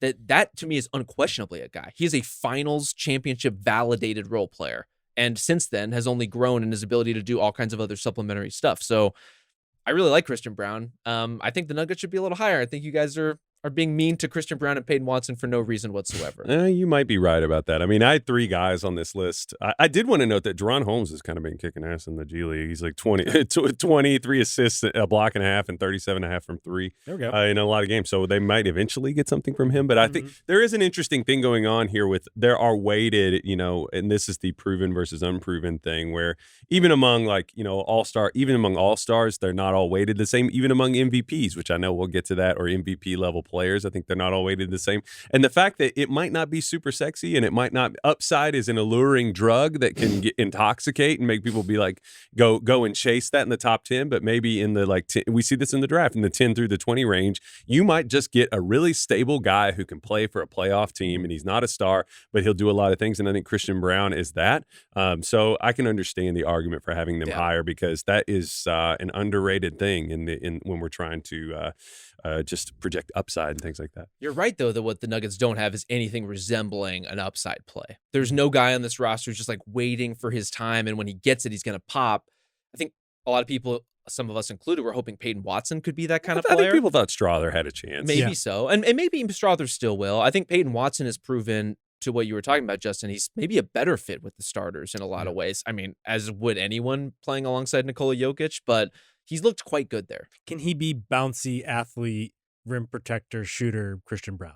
Like, can he be more in that mold than perhaps what we thought, which was like a high-level rotation, not quite star guy, but like a foundational player? I wouldn't put Braun in that category, for instance. I probably wouldn't have extended him at the number that they gave him because I think he's very good at what he does, but I think that role and that type is a little bit more replaceable than what you would find from other guys, even like the ideal version of Strother just because of the shooting, right? Watson might be just a serviceable rotation player. I don't know what you would pay for that because there's still so much promise there. He'd probably want to get paid pretty handsomely this summer, and they're already up against some cap stuff. Yeah. The fact that he looks like a real deal rotation player is something, especially because he's competing for minutes so much these days with all these other guys out there. And that's the one thing with the Nuggets that we should mention. Holmes is a good case study because like him not playing minutes is a result primarily, I assume, from Valanciunas being there. But is that a nice thing to have, almost like a stopgap to not put too much on the rookies because that was the problem last year? Sure. Absolutely. Yeah. I mean, Watson is less proven. It's interesting that, he and Strother, you're just kind of waiting for them to instill that confidence. I agree with what you're saying, though. And that's the dilemma that they've had. They've wanted these guys to come along a little bit sooner. So, the sort of, whatever it is, Flex Seal. I think I've brought this up before and had the exact same thing where I can't remember that. No, I think the veteran sort of stopgap guys have taken the pressure off. And that might be the reality forever with this roster build. Well, do we want to go one more merry-go-round spin on the Spencer Jones conversation? Do we want to rehash our rehash, which is apparently also kind of rehashed online? Sure. Is that worth doing? I mean, he's a young player who's if unlike not here, then where? This is a great question. Unlike many of the guys we've been talking about, is playing, right? He is an actual member of the Nuggets rotation because of these injuries. The threes, when he takes them in somewhat small volume, hits at a reasonable clip. I just find a lot of his offense to be like a little vacant for my liking. And that's where I'm waiting because I see the defensive physicality. I see the energy he plays with. I see the outlines of a player I should and want to like. I'm just like waiting for the offense to do something that will move me. And I've been waiting. I don't think your expectations are just off. I think Spencer Jones, I don't want to box him in, but I think in the situation that you're in, if you're the Nuggets, Spencer Jones is like when you put on a jacket you haven't put on in a while and you're like, goddamn, $5. And you're like, Right. I can't buy a meal with that. But it's not 20. In yeah. LA, I can't buy 20% of a meal with that. But you can buy yourself a coffee, and it's a little spark, it's a little spunk. I just think your expectations have to be right, Rob. We've argued so much about Spencer Jones. He's like, you got to take him down a peg. I just kept hearing such amazing things about Spencer Jones, and I watch him, and it's like, is this guy even a good defender or just an active defender? How can you be optimistic about Watson playing like above rotational level, Yeah. but disappointed in Jones for rising to that level? Did he rise to rotational level? He's in the rotation right You now. just said it. He's playing. That doesn't. I wouldn't your words. like that's an objective fact. Spencer Jones is playing minutes. Is he playing them well to this point? He's the think it's- flex seal. He is not. He's not. Yeah. If he's the flex seal, we're springing leaks all over the place. That's my argument. Oh, geez, we got nowhere. I thought we were getting somewhere. He's also shooting 45% from three. He's Yeah, shooting the shit out of the ball. The I mean- shots that they want him Guys, to shoot, he's hitting He them. takes like one shot a game. It's a nice shot though. It's a productive And shot. guess what happens the rest of the time he's on the floor? No one guards him. Nobody. Well, maybe maybe Cam Jones, or I just maybe they need to get a little bit more out of the guys that they've invested in, so that he's not there's not so much demand on him. Totally fair. By the way, you were the one highest on the Nuggets overall. Well, that's because I like Christian Brown and Peyton Watson. I see. There's no question. Like I just feel really confident about what they give you at this point, especially relative to some of the teams in particular about the team we're about to talk I was about. going to say, speaking of teams where we have no confidence in their young players, but somehow they fall at number 22. It's the Golden State Warriors. Brandon Pajemski, Will Richard, Jonathan Kuminga, Moses Moody, and my eyes immediately dart toward Will Richard because just the low maintenance of it all. Like he does what he does. Yeah. Hell of efficiency, plays good minutes, and then gets the hell out of the way. Well, I guess respect what? He's now unfortunately out of the way even more because Steve Kerr just kind of like yanked him out of the rotation the other night. I know. I mean, DeAnthony Melton is back. That's going to eat up some of those minutes. It seems like that's probably most of the culprit, but I really like Will Richard. I think we're all aligned on this. Yeah, I mean, I like Will Richard. It's for me to explain a little bit of the rationale of how they could be up here despite us having no confidence is in these rankings. Yeah. You also have to weight assets because there are some of these guys. I have different guys marked on my list as I put a box next to them that just says volatile. Like they're low, and then the volatility index. Kuminga's really high because there are people out there, ball knowers, real hoopers, whatever. I expect it's going to be a real hooper brain person out there that's going to be like, still think he's a star. And I think that if we're talking about the rankings in terms of like, I think asset value has to be a piece of the puzzle because it's going to affect the way a superstar player that you have a lot of confidence in, I think, is going to give you positivity moving forward. I think that somebody is going to buy on him at some point, and that'll give you something. It's better than nothing. I'm just saying it's better than having like I don't know, and Kobe Sanders, nobody's going to trade. Somebody's going to trade for Kuminga. You're going to get something. He's had moments too. And I found myself, we'll talk about the Suns later on, but like someone like Jalen Green is a good comp where he's had big moments. And in Jalen Green's case, in the playoffs, Yeah. I don't like him as a player, but how do you weigh that against a guy who's not playing? Guys, Jalen Green I don't like Jalen Green very much. He is so much better than Jonathan Kuminga. But the lows are very low. When Jonathan Kuminga has played, he has actively made the Warriors worse on both sides of the ball. I don't know how we've gotten to a place where I have to. I don't know what to tell you. Has any G League Ignite player been good? Just saying. Yeah. It's tough. Ultimately, my problem with even thinking of Kuminga as an asset, I agree with you. There are people out there who still see him as a star, still see that talent, still see that pop. He's been on the market for like 3 years. I would think if that trade was going to manifest, it would have already. And maybe the problem is more that Golden State has held on to him, hoping for that return and not settled for something that would have been acceptable. He keeps having these moments in between the bad moments, though, which is part of the problem, that he'll show that he will be bought in, or sometimes there will just be so many injuries that he'll have moments to just explore the studio space, and you'll be like, oh, this giant athlete is just barreling down toward the rim. And I'm like, I could see where teams would be interested in that. And so at a certain point, you have to value that. I guess it depends on like who you are and what you value. Can I tell you a secret? You don't have to value that. But you can just watch him and observe what's happening and say, I don't want any part of that. We didn't talk about it ahead of time. I mean, I did, kind of package asset value, whether, I kind of, that did play into how I have thought. zero problem with that thinking. I think that makes sense for the young course. Yeah. To be fair, I had Pajemski, Richard, and Moody as guys. Yeah. And Kuminga in this like former high lottery pick I don't really know what the labor. I guess assets pretty good way Right. to doing it. And so I think we ultimately all agree. I think so. I think now, does Podziemski agree with us? Because I Mm. think if you ask Brandon Podziemski, he might think he's a blue chip guy. To hear him tell it, he wants to be the next face of the Golden State Warriors after Steph and Draymond retire.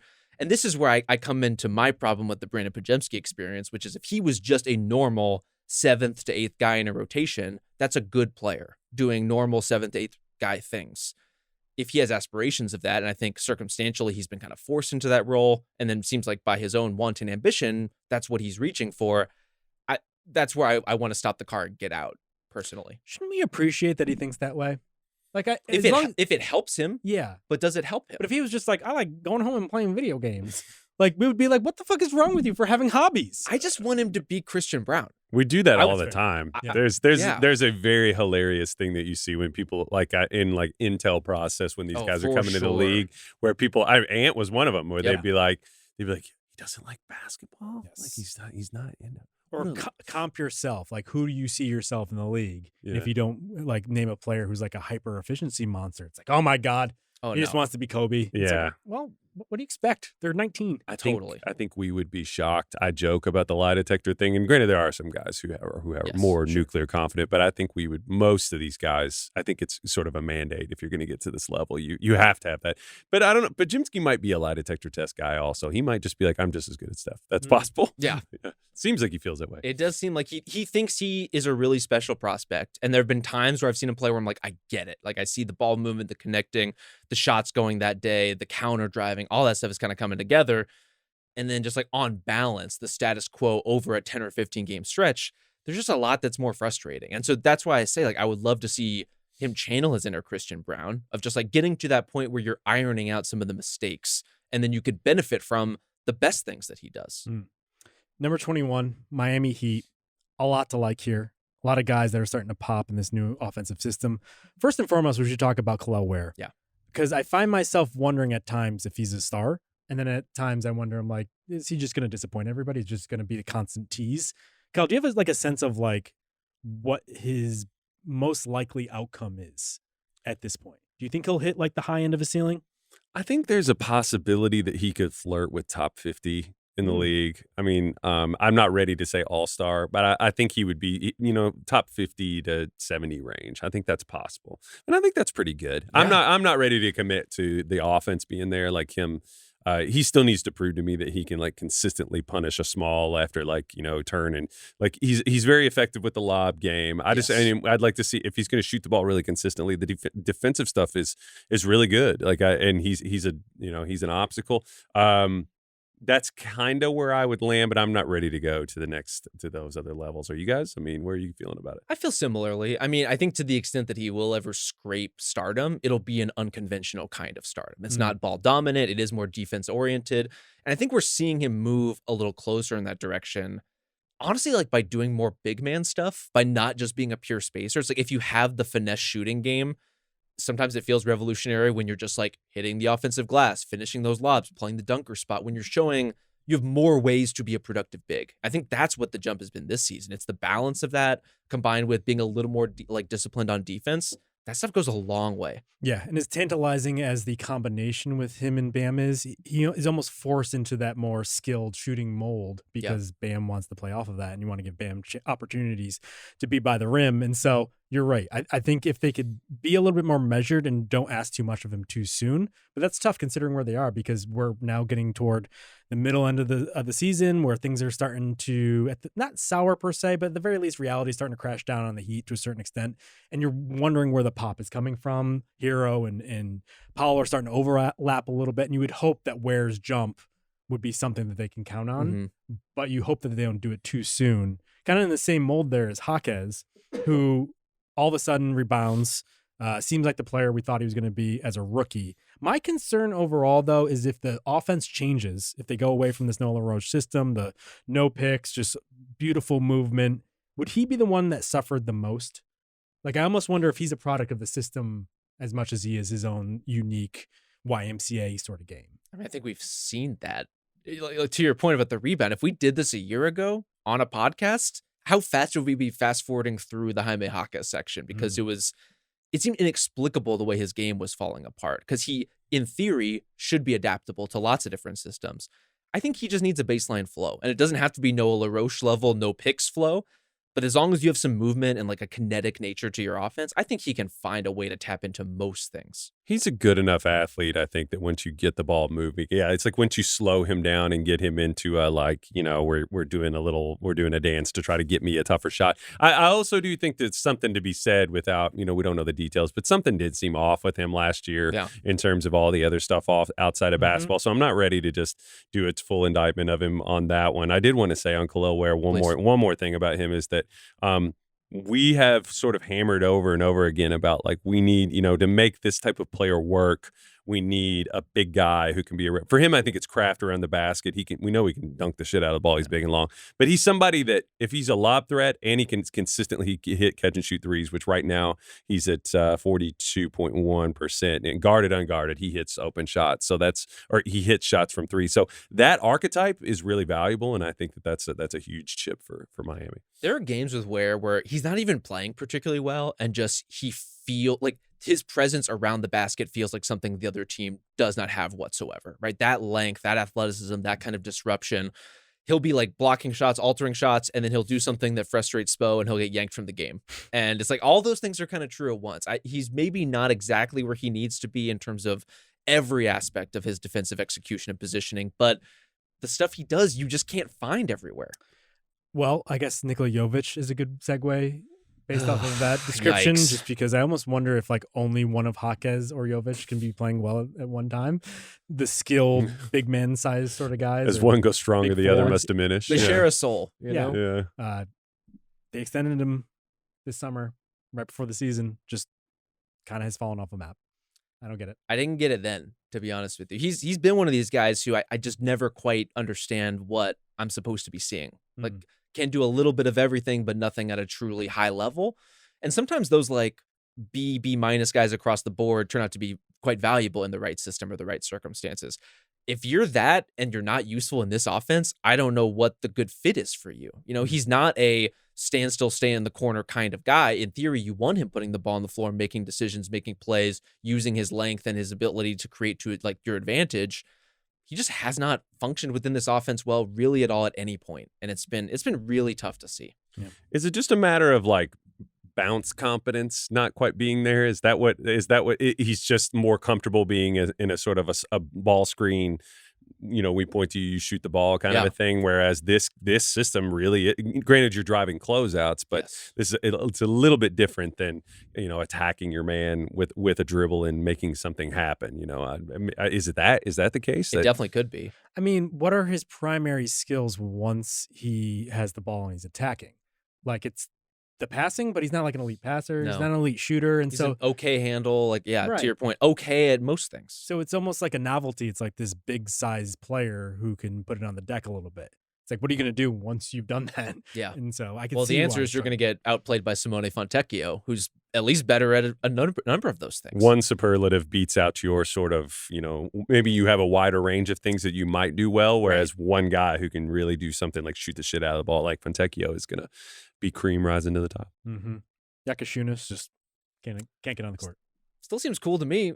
Eric Spoelstra doesn't seem to agree, but I like who he could be. I guess he's a ball screen guy, right? I'm sure he's been penalized by this. He needs to get bigger. He needs to get stronger. He's still super young, and he also just needs to be a consistent shooter. He's got a lot of things. He's got to level up in a lot of different areas. I trust the basketball brain in Kasparas Yakashunas, but I think we need to wait another year before we develop strong feelings one way or the other. Mm-hmm. Well, number 20, a team I have very strong feelings about. That's the Portland Trail Blazers. Which if you're a Trailblazers fan, you're probably feeling pretty bad that they find themselves here just right above the bottom third of the league because a lot of their team, a lot of their hopes rest on a lot of these guys. I will say there's some solid stuff here. Klingon he's a solid dude. Yeah. At this point. Just a good hang?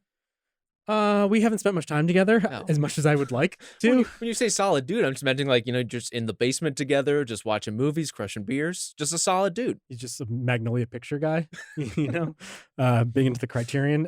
Second in rebound percentage, seventh in block percentage. I know exactly who he is. As long as he stays healthy, he's going to have that career. He's just a big old rim protector. That's a big if though. if he stays healthy. Well, for everyone in the NBA at this point. I think my question with Klingon, who I agree with, I quite like, is do you think he's ever going to get past that plateau of more than like a 25-minute a game big? Because incredibly valuable in certain situations. Notably, and this is just theoretical, less valuable playing deep drop against Steph Curry while he takes 12 threes. Sorry, makes 12 threes, theoretically. Right. So there's circumstances where I just like don't really see how he stays out there. And that's where I wonder, like, can he ever be a full-time, full-load starting center? That's where I want to see him get to at some point.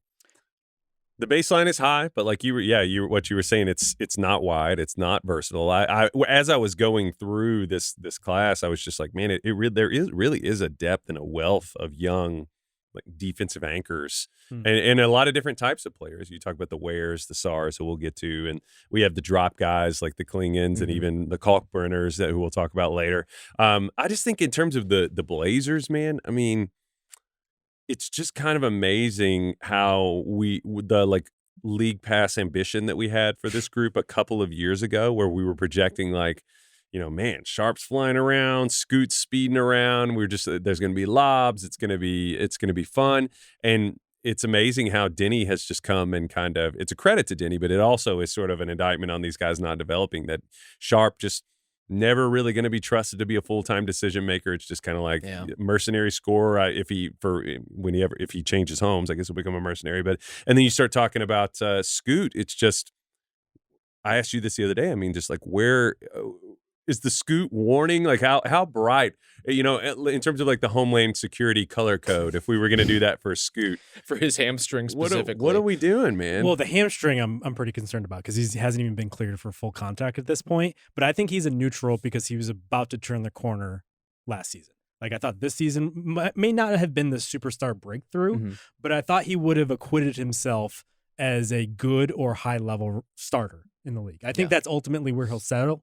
I've just been so impressed by his makeup and his mindset about these things. He just seems like a hardo grinder who really revels in mastering some of the nuances of the position. And when you talk to him about it, he will talk your ear off about all of the minor different things that he did in order to have success. Last year, the shot came around and everything started to get a little easier as a regard. He needs to shoot better. And he needs to do it consistently. At the basket is the big concern for him. He needs to develop a floater. He needs to shoot it at the basket. Yes. Yes. Yeah.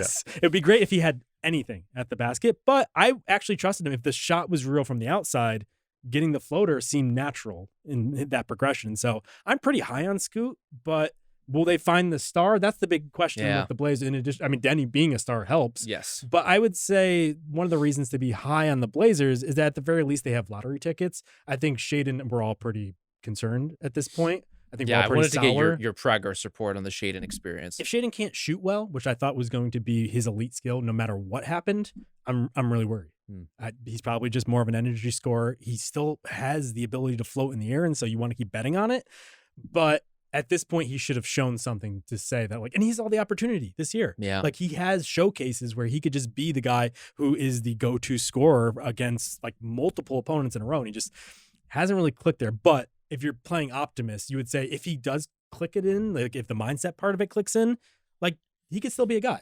And I think Young is in that same mix where, like, hasn't showed much. He's looked pretty rough out there against NBA competition, better against the G League. Yeah. But he's a lottery ticket. So they're at the very least, they have these bets. And so if you were to think better about the Blazers, they could unearth something down the road. The Young one is tougher. I mean, Shaedon, there's lots of caveats, but he's still been incredibly productive within the realm of what he's being asked to do.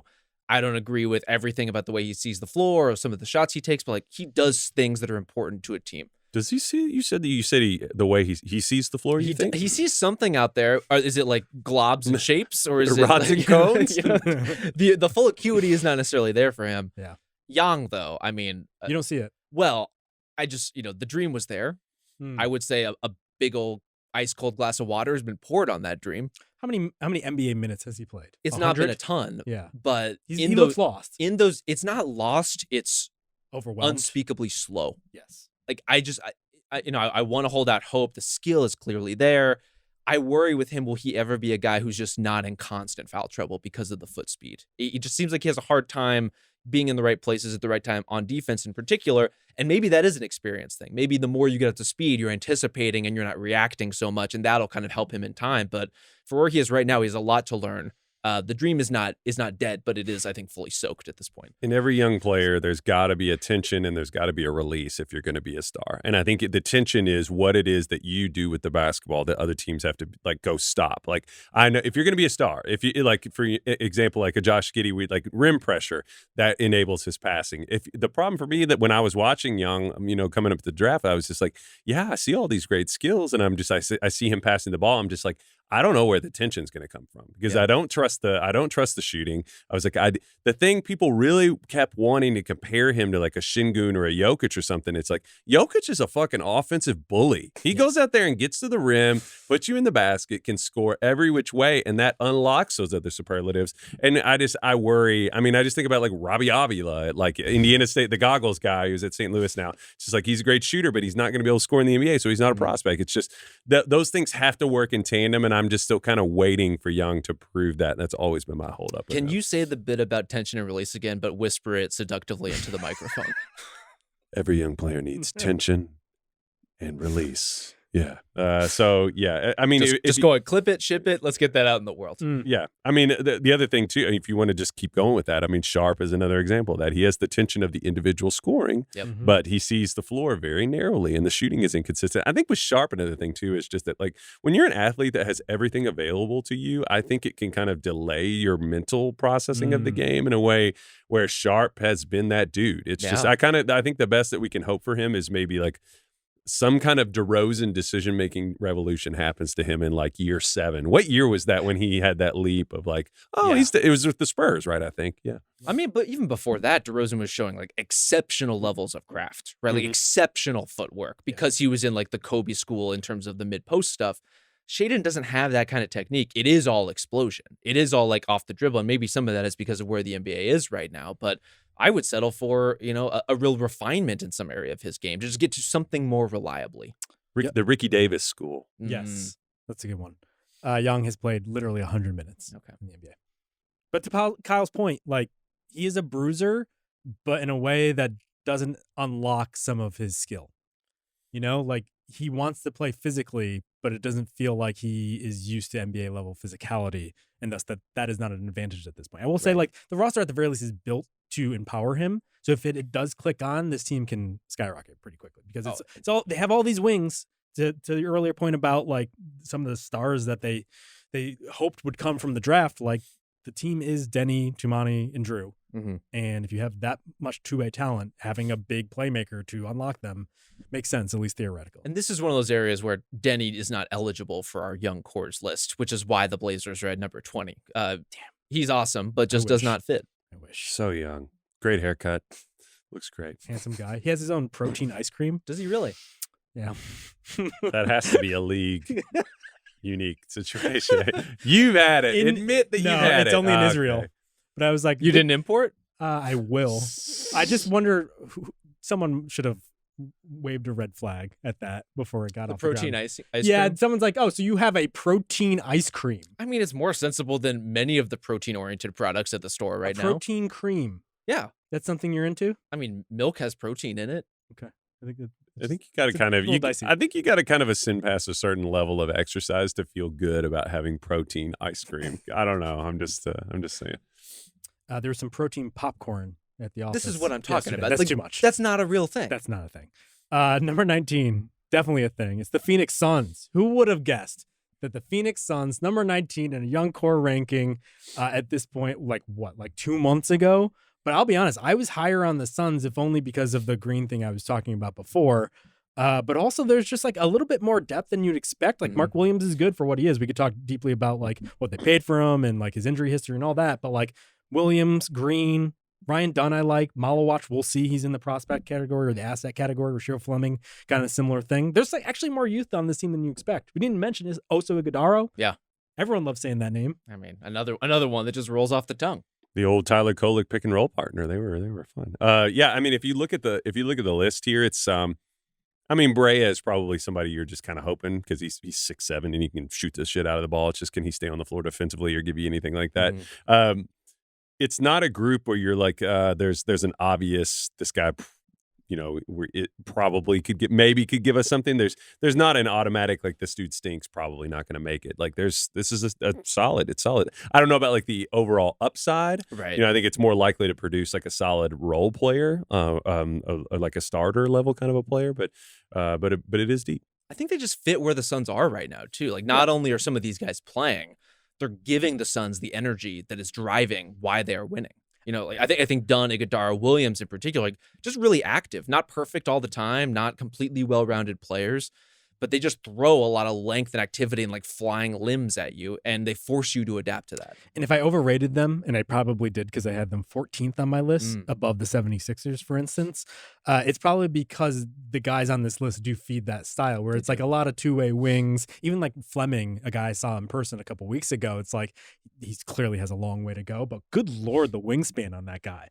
Like, so I can see the defensive potential on some of this. You're not a fan. It's my long worry with him. I worried in college. I worried that his shot chart had been kind of manicured to present a certain way. And when I would watch him, speaking of the in-between stuff that we were talking about, I was just like, oh boy, it was just ugly anytime he did anything other than shoot a wide open three.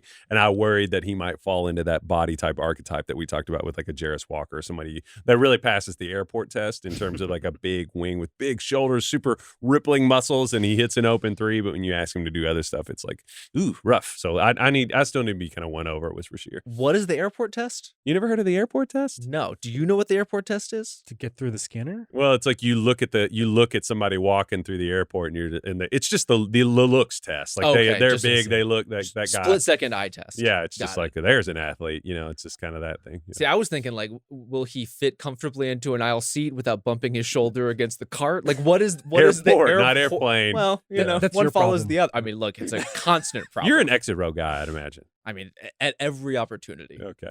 Aisle? If possible. Always aisle. Yeah. Window? Window. See, I'm a recovering window. I've come into the aisle phase of my life. I need the room. I don't like I'm not leaning away. I'm just kind of like, and the key to being a good window person is don't drink a fucking drop of liquid before you get on the plane. I'm not going to make everybody get up. I will not make anyone suffer that. I've never done the windows, or I've never done the emergency seat. I got on the other day and there was an old dude passed out drooling. I was like, it's usually somebody like that. That was me. Sorry. Yeah. I have a terrible bladder, so aisle is the only option. I'm like an old lady. How many times are you getting up during the flight? How long is the flight? 3.5 hours. Twice. You're doing 2 Ps on a 3.5 hour Minimum. flight? And if also just to get up and get around. I mean, that part's fair, but I think we might need to just get you a bag at that point. Jesse Ventura, like, I have to lay down in the aisles. My blood flow. I don't have that, but I do have, if it is over 3.5 hours, I start slowly losing my mind. Like whatever is remaining of the flight is just the descent into madness for me at that point. Be people listening to these podcasts. And you don't even go for 3 hours noise canceling headphones, we found out, which is like an absolute necessity on planes. I feel like it scrambles my brain when I'm doing it. Something's wrong with you, I think. Yeah. It's like living in like a place where there's not somewhere within 10 miles. It's eerie when you put the noise canceling on and you can't hear anything. It's like, am I in space right now? Maybe you are. All right. So the Phoenix Suns, Mark Williams, we should talk about. Big old target, seems to have like refound his footing as like a prospect of note. He makes sense. Another guy playing 25 minutes. Another guy you have to worry about his injury history, especially considering a trade was vetoed or rescinded. Sure.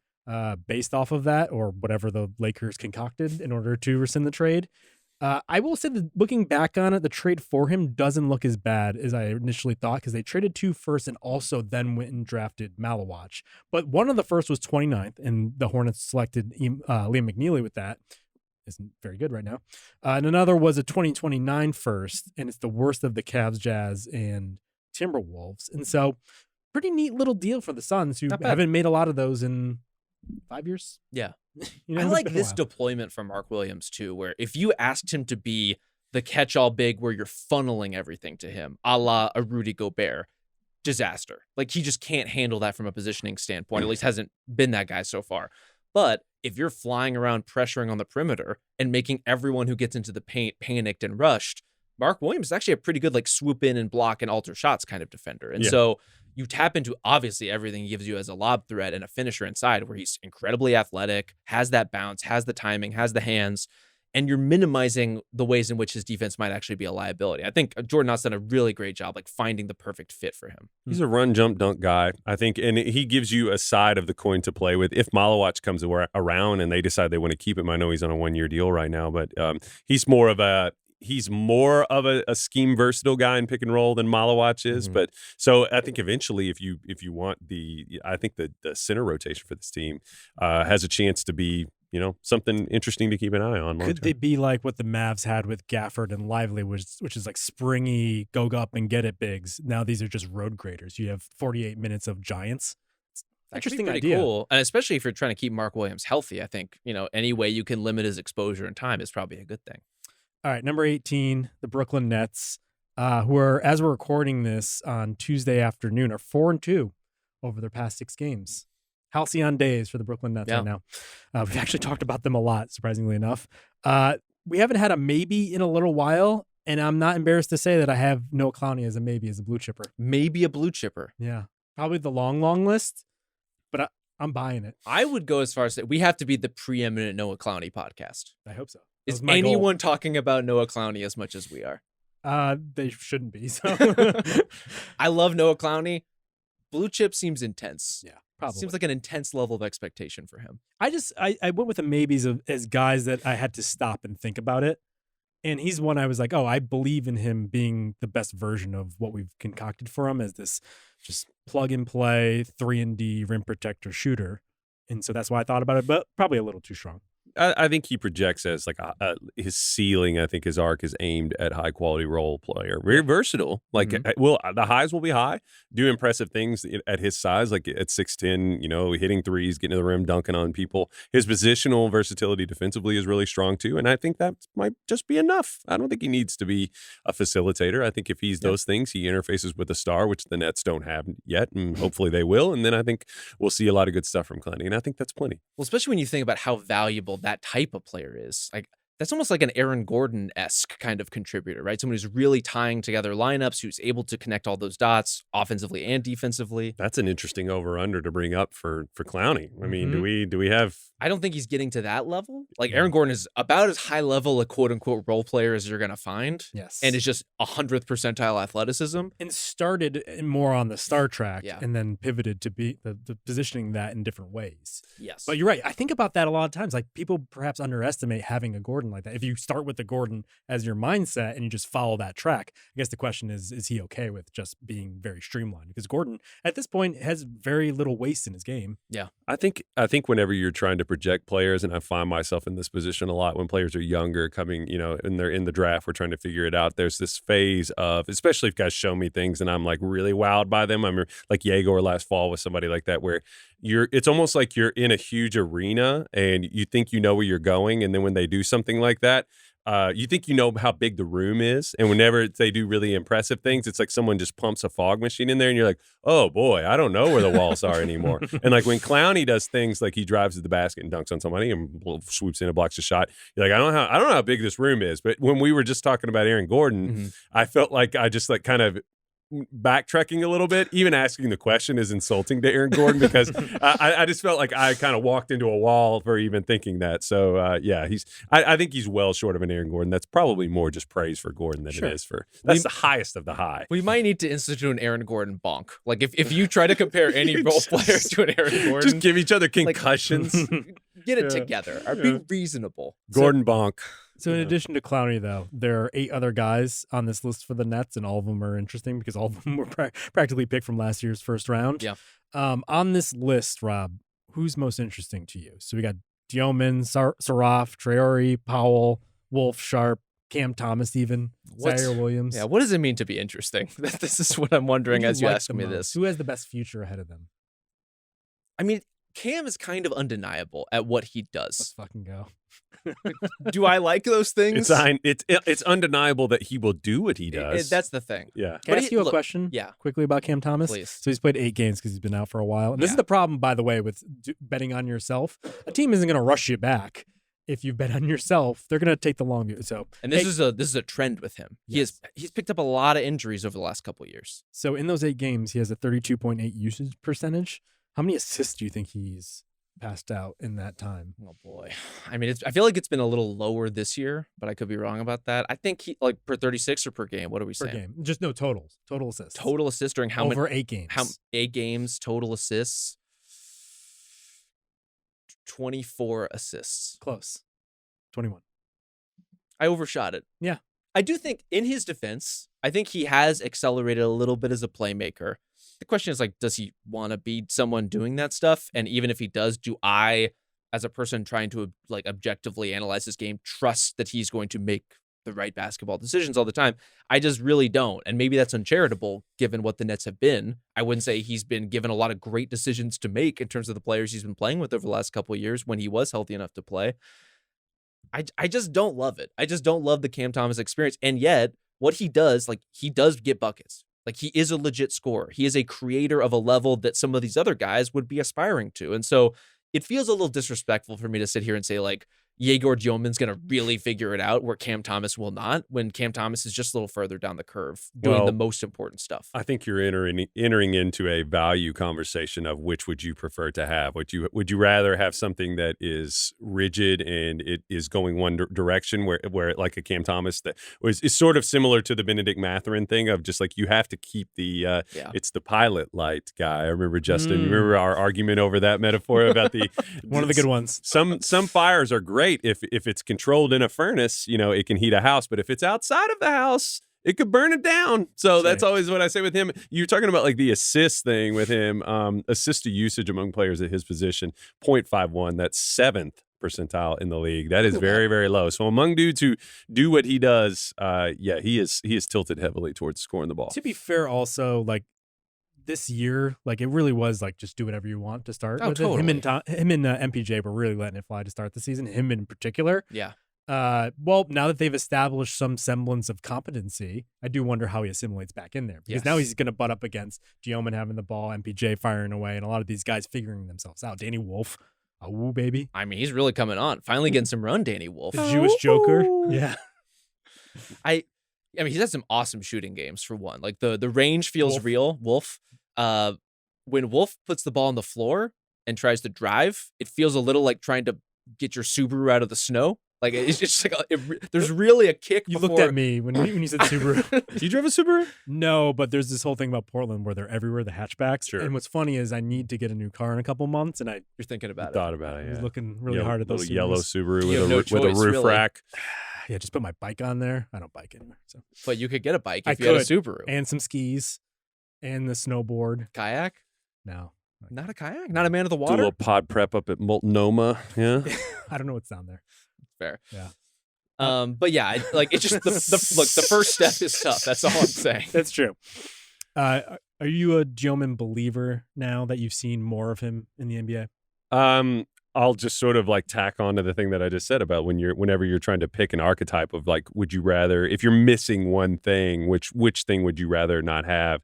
Like, I think Gioman is somebody who doesn't necessarily, it's the tension thing too of is he going to be able to hit open shots? Is he going to be able to get to the rim? Is he going to be able to get into the teeth of the defense and not turn it over? I love Yegor's pluses. Like I think his basketball brain is among the highest of the players in this field of these young guys. I would prefer to play personally. I would rather have a player like him. I am a believer in him. I think he's good. I got so worried about the shooting before the draft that I just kept pulling him down. But I think he's going to get bigger. I think he's going to get stronger. I'm a believer in Diamond. I really am. Well, it's odd because Gilman. his split between threes and twos has been pointed out in several places, including here, I believe. Right now, he has 119 3-point attempts and 59 field goal attempts or 2-point attempts. So it really is double the amount. And before, we used to get really concerned if a guy couldn't shoot. And because of how much of a priority shooting is now, like, do we have the same concern if he's not getting to the basket and scoring? Oh, for or like, sure. Which is more concerning for a guy like him right now? I think we're at a place with the NBA where every team can create space. Yeah. The question is like, what can you do with space? And if you're not quick enough to knife through defenders and either make the right play or hit floaters or get all the way to the basket or draw fouls, there's just like a clear ceiling on what you can contribute. And so that's going to be the battle with him. Like, I do think the shot is going to come along like you, Kyle. I really like just the way he sees everything around him and the way he tries to create plays for others. It's just going to be a matter of like, who is he going to be as a scorer and how versatile is that scorer going to be? He's big. I think that's something that maybe doesn't dawn on people is he's a legit 6'8", 6'9". Yeah, he's a big guy. I think I would bet on Yegor as far as like an overall prospect. I still believe in what he can be. I also feel quite strongly that Drake Powell is just going to be good. Like, I think he's going to be good within a narrow range of something we've been hitting on with a lot of these role players on these other kind of smaller young core teams. But all of the marks are there for him. It feels like he could deliver on a narrow role player potential. Right now, it's like a little subtle for my taste. Like, you would like a little bit more, but I think he can deliver that. All right, 2 more left in this batch. Number 17, the Memphis Grizzlies, who unfortunately, we have another injury for Zach Edey, stress reaction in his left ankle. I mean, just about one of the worst things you can hear for a big in terms of stress reaction injuries. It's just... Especially because he had surgery on it in the offseason. So reevaluated in 4 weeks, I imagine. We're talking like all-star break at best with him, because reevaluated in 4 weeks means probably 2 to 4 more weeks after that. Pretty concerning, because he was probably on his best stretch of his career at this point. It's like every time he finally gets some momentum, he gets hurt with something or another. And it's usually these sorts of like red flag, chronic-y big man injuries. I'm very concerned. He's looked better lately before he got hurt than he ever had before in the NBA to date. And that player looked like a real difference maker. So who's actually dictating terms, who's taking advantage of things, who's not trading off on all the things he does well by giving up points in other ways. I was just like really loving watching Zach Edey play. Yeah. And now I don't get to do that. The Grizzlies don't get to do that. And they have to be concerned about who he can be full time over whatever kind of role they envision for him. Yeah. Sometimes I think we get, and we talked about a guy having maybe a narrow, I think maybe we were talking about Wendell Carter, who didn't, the span of things that he did well, it wasn't super wide, but I feel like Edey's span is very narrow, but it's very strong. Like in one direction, like if he catches the ball in the basket, not complicated. He's going to turn left, right shoulder, make a hook shot. He's just big. He tries to dunk everything. I think he's a little more athletic than people gave him credit for throughout his college process. And I think that had he started to play a little bit more, I think the shooting touch actually is kind of sneaky, not bad. Like I think it's possible someday, but it is a shame. I mean, it's to the point where you sit him. Is he out the rest of the year? I don't think it's that severe. But do you go to that length? Those links for the precaution, because it's just like if he's already damaged the thing he had repaired in the offseason, it seems like it's pretty scary. Tough. Yeah. On the flip side, Cedric Howard is a guy I have flagged as a maybe. Now, lately the shooting hasn't been great. He definitely has slowed down since his meteoric start, where everyone was wondering whether or not he's the next Anthony Edwards. Definitely not me. I definitely didn't say that. No. Nope. He ain't dribbling don't like listen that. to any previous podcasts. The one thing I like in the midst of all the struggles is that he's still rebounding the shit out of the ball. Yeah. Last 3 games, 12, 6, and 14 rebounds. And in 9 of his 25 games this season, 8 or more rebounds. I like that if things are not going well, he's still got that dog in him and he's going out and like contributing. Totally. That's great. That's great to see. I mean, this is what separates a Coward style prospect. I say like he's a coward. Cedric Coward type prospect from a Shaedon Sharpe type prospect, right? If Shaedon is not hitting, well, good luck tomorrow. That's kind of all you got. If Cedric Coward isn't hitting, I think he profiles as an interesting defender. The rebounding is clearly already there. And there's just some feel for the game stuff that I think says he could be a contributing facilitator, even if he's never going to be like a point forward type per se. Yeah, I mean, he definitely guides. He's not necessarily a manipulator of offense, but he definitely guides the ball where it needs to go. The dribbling is the thing that I think is going to be a threshold for him too. If he has a handling leap, he becomes pretty serious, I think, in terms of a guy who could level up, because the shooting has come back to earth. Through the first, I think, like month or so of the season, he had like the highest box plus minus. He and Khan did among all the rookies. So he was really playing impactful basketball. And I think you're right. He plays the right way. I think that Coward is going to absolutely be. He's nailed to the floor for the Grizzlies. I think that he definitely is going to be able to sort of like jive with whatever they choose to do if they go get another star or whatever it is they do. But maybes for you guys, probably too strong. Was he in consideration for as a blue chip? Yeah, just he's definitely a guy. But not a maybe blue chipper. I think with him, I think maybe is fair. He could be very special. I just don't want to yada the part where he has to become special. Right. And with him, he hasn't even really been asked to stretch out yet. He hasn't even been given like a ton of workload as a rookie.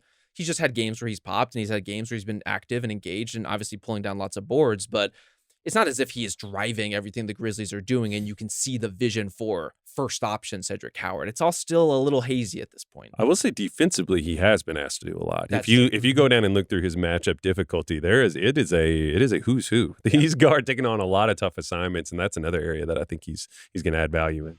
So Wells here, also a guy. I love Jalen Wells. I like Jalen Wells. Yeah. Oh. I like him. Oh. Yeah. Damning with faint praise. Like an Aperol spritz. It's like, in the right moment. My voice goes up. I like him. But other than that, the guys that we were banking on, the Gigi Jacksons, I mean, Vince Williams isn't in this category because he's too old for it. But those guys that they seem to have an abundance of, all of a sudden, those were kind of fleeting moments. Just a puff of smoke. Yeah. And now Omax Prosper is here doing who knows what. The stuff that he We does. didn't even mention Gigi Jackson. Yeah. Which is interesting because I think he was really, really high on our. He was like one of the coveted prizes of the famous expansion draft last year. He seemed like he had the whole world in front of him, and now he mostly has riding the bench in front of him in terms of the Grizzlies' present tense. So it's tough. The Sonics are doing fine. Coward is definitely the Buzz Lightyear to his Woody at this point. Like I definitely. I mean, he kind of is, right? Yeah, you're right. You're right. All right, last one. Number 16, the Chicago Bulls. Great place to end up here. A couple interesting guys and a couple of guys. I don't know what to make of them. Sure. I guess. What have you learned about? What have you learned about the vanishingly small time we saw Noah Asenge this season, Justin? Nothing. Literally nothing. I have him down as an asset. Therein lies the problem for us and the Bulls both. You're out? You have him as an asset? Well, as in I don't know what he is. Oh, right. Thus, I don't know how to really evaluate it. Yeah.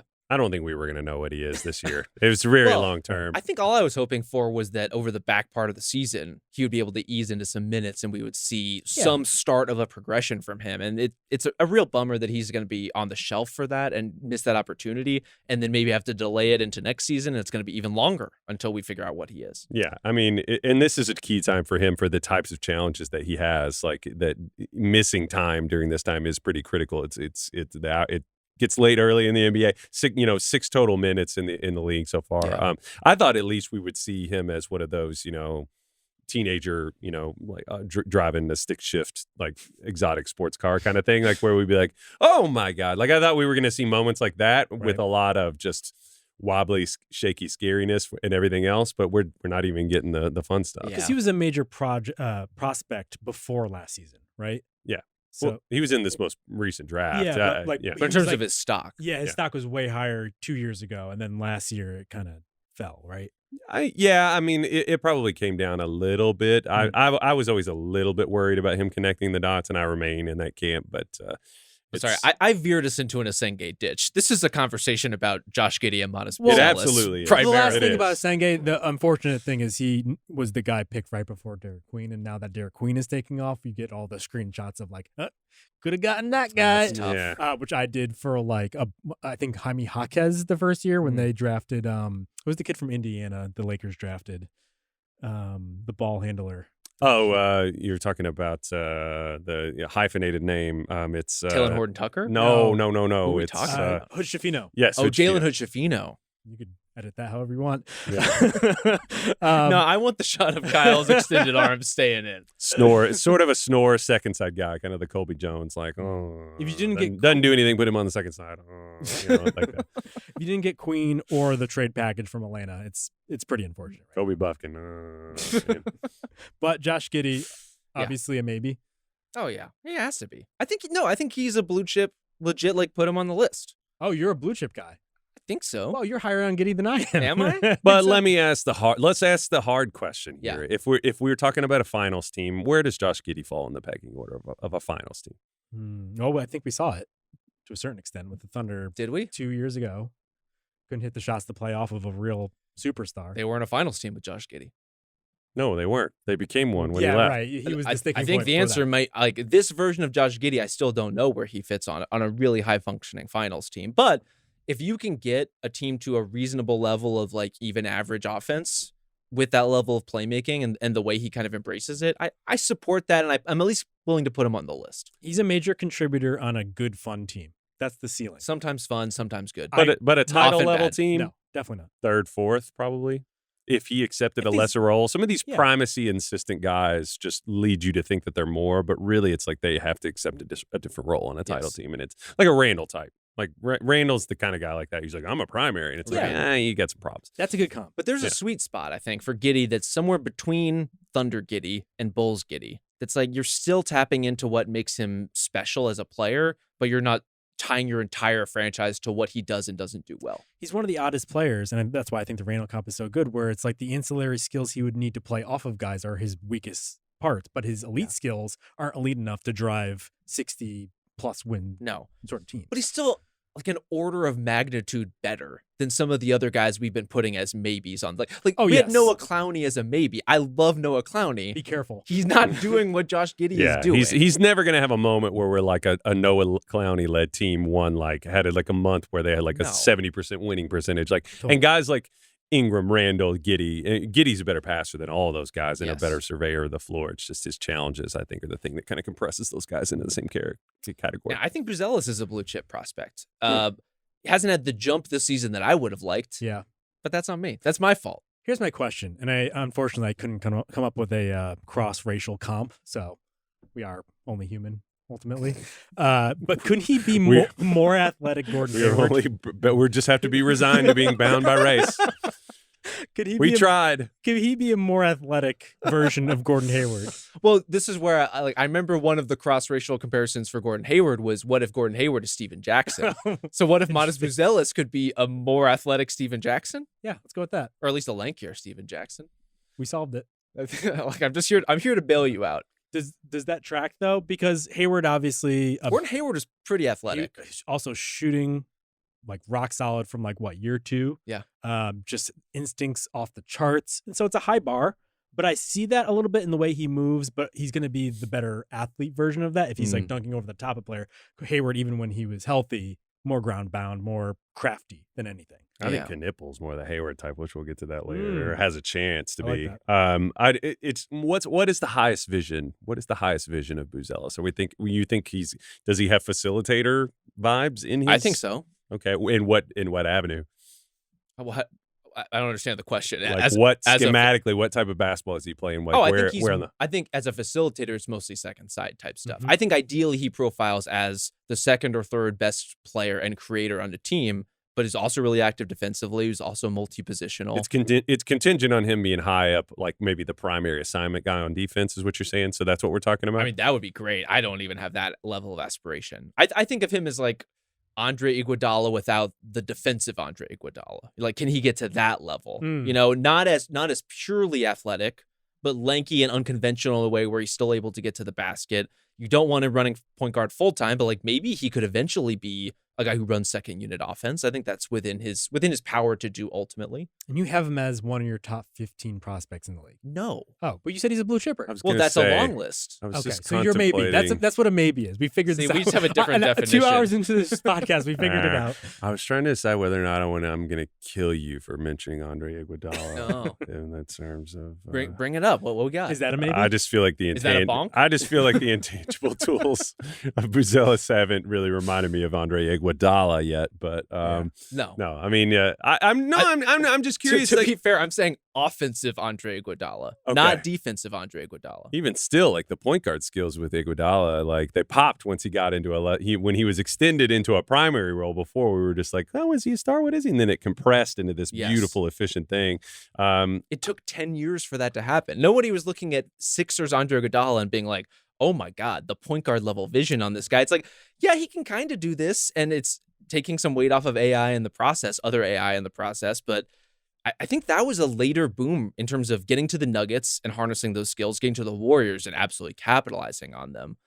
But the defensive stuff was was pretty elite. I'm not comparing Modest Buzelis as a defender to Andre Iguodala. I want to make that very, I'm just trying to very figure out where clear. you are. That's why I'm asking you questions, because you started the guy you were describing. Yes. You were like, well, not a primary guy, no. And I was like, okay, well then a major defensive guy. You're like, I don't know about I'm that. saying and then you said Andre Iguodala. I'm just saying, I don't know. An all-around contributor Hmm. who's a factor defensively, who's facilitating on offense, who can hit shots, and most importantly, drive and keep the offense and the gears moving. That's who I see him as being. Okay. So speaking of a player who checks none of those boxes, Mm. Patrick Williams, still on this list. 24 years old. This guy's in his 6th year. How? I thought he was 35. 35. He has 3 more years left on his contract, by the way, after this one. Sweet mercy. It'll be a good deal eventually by the end of it, Will where it? it's like 18 million. Oh, like a normal. How much is the cap going up?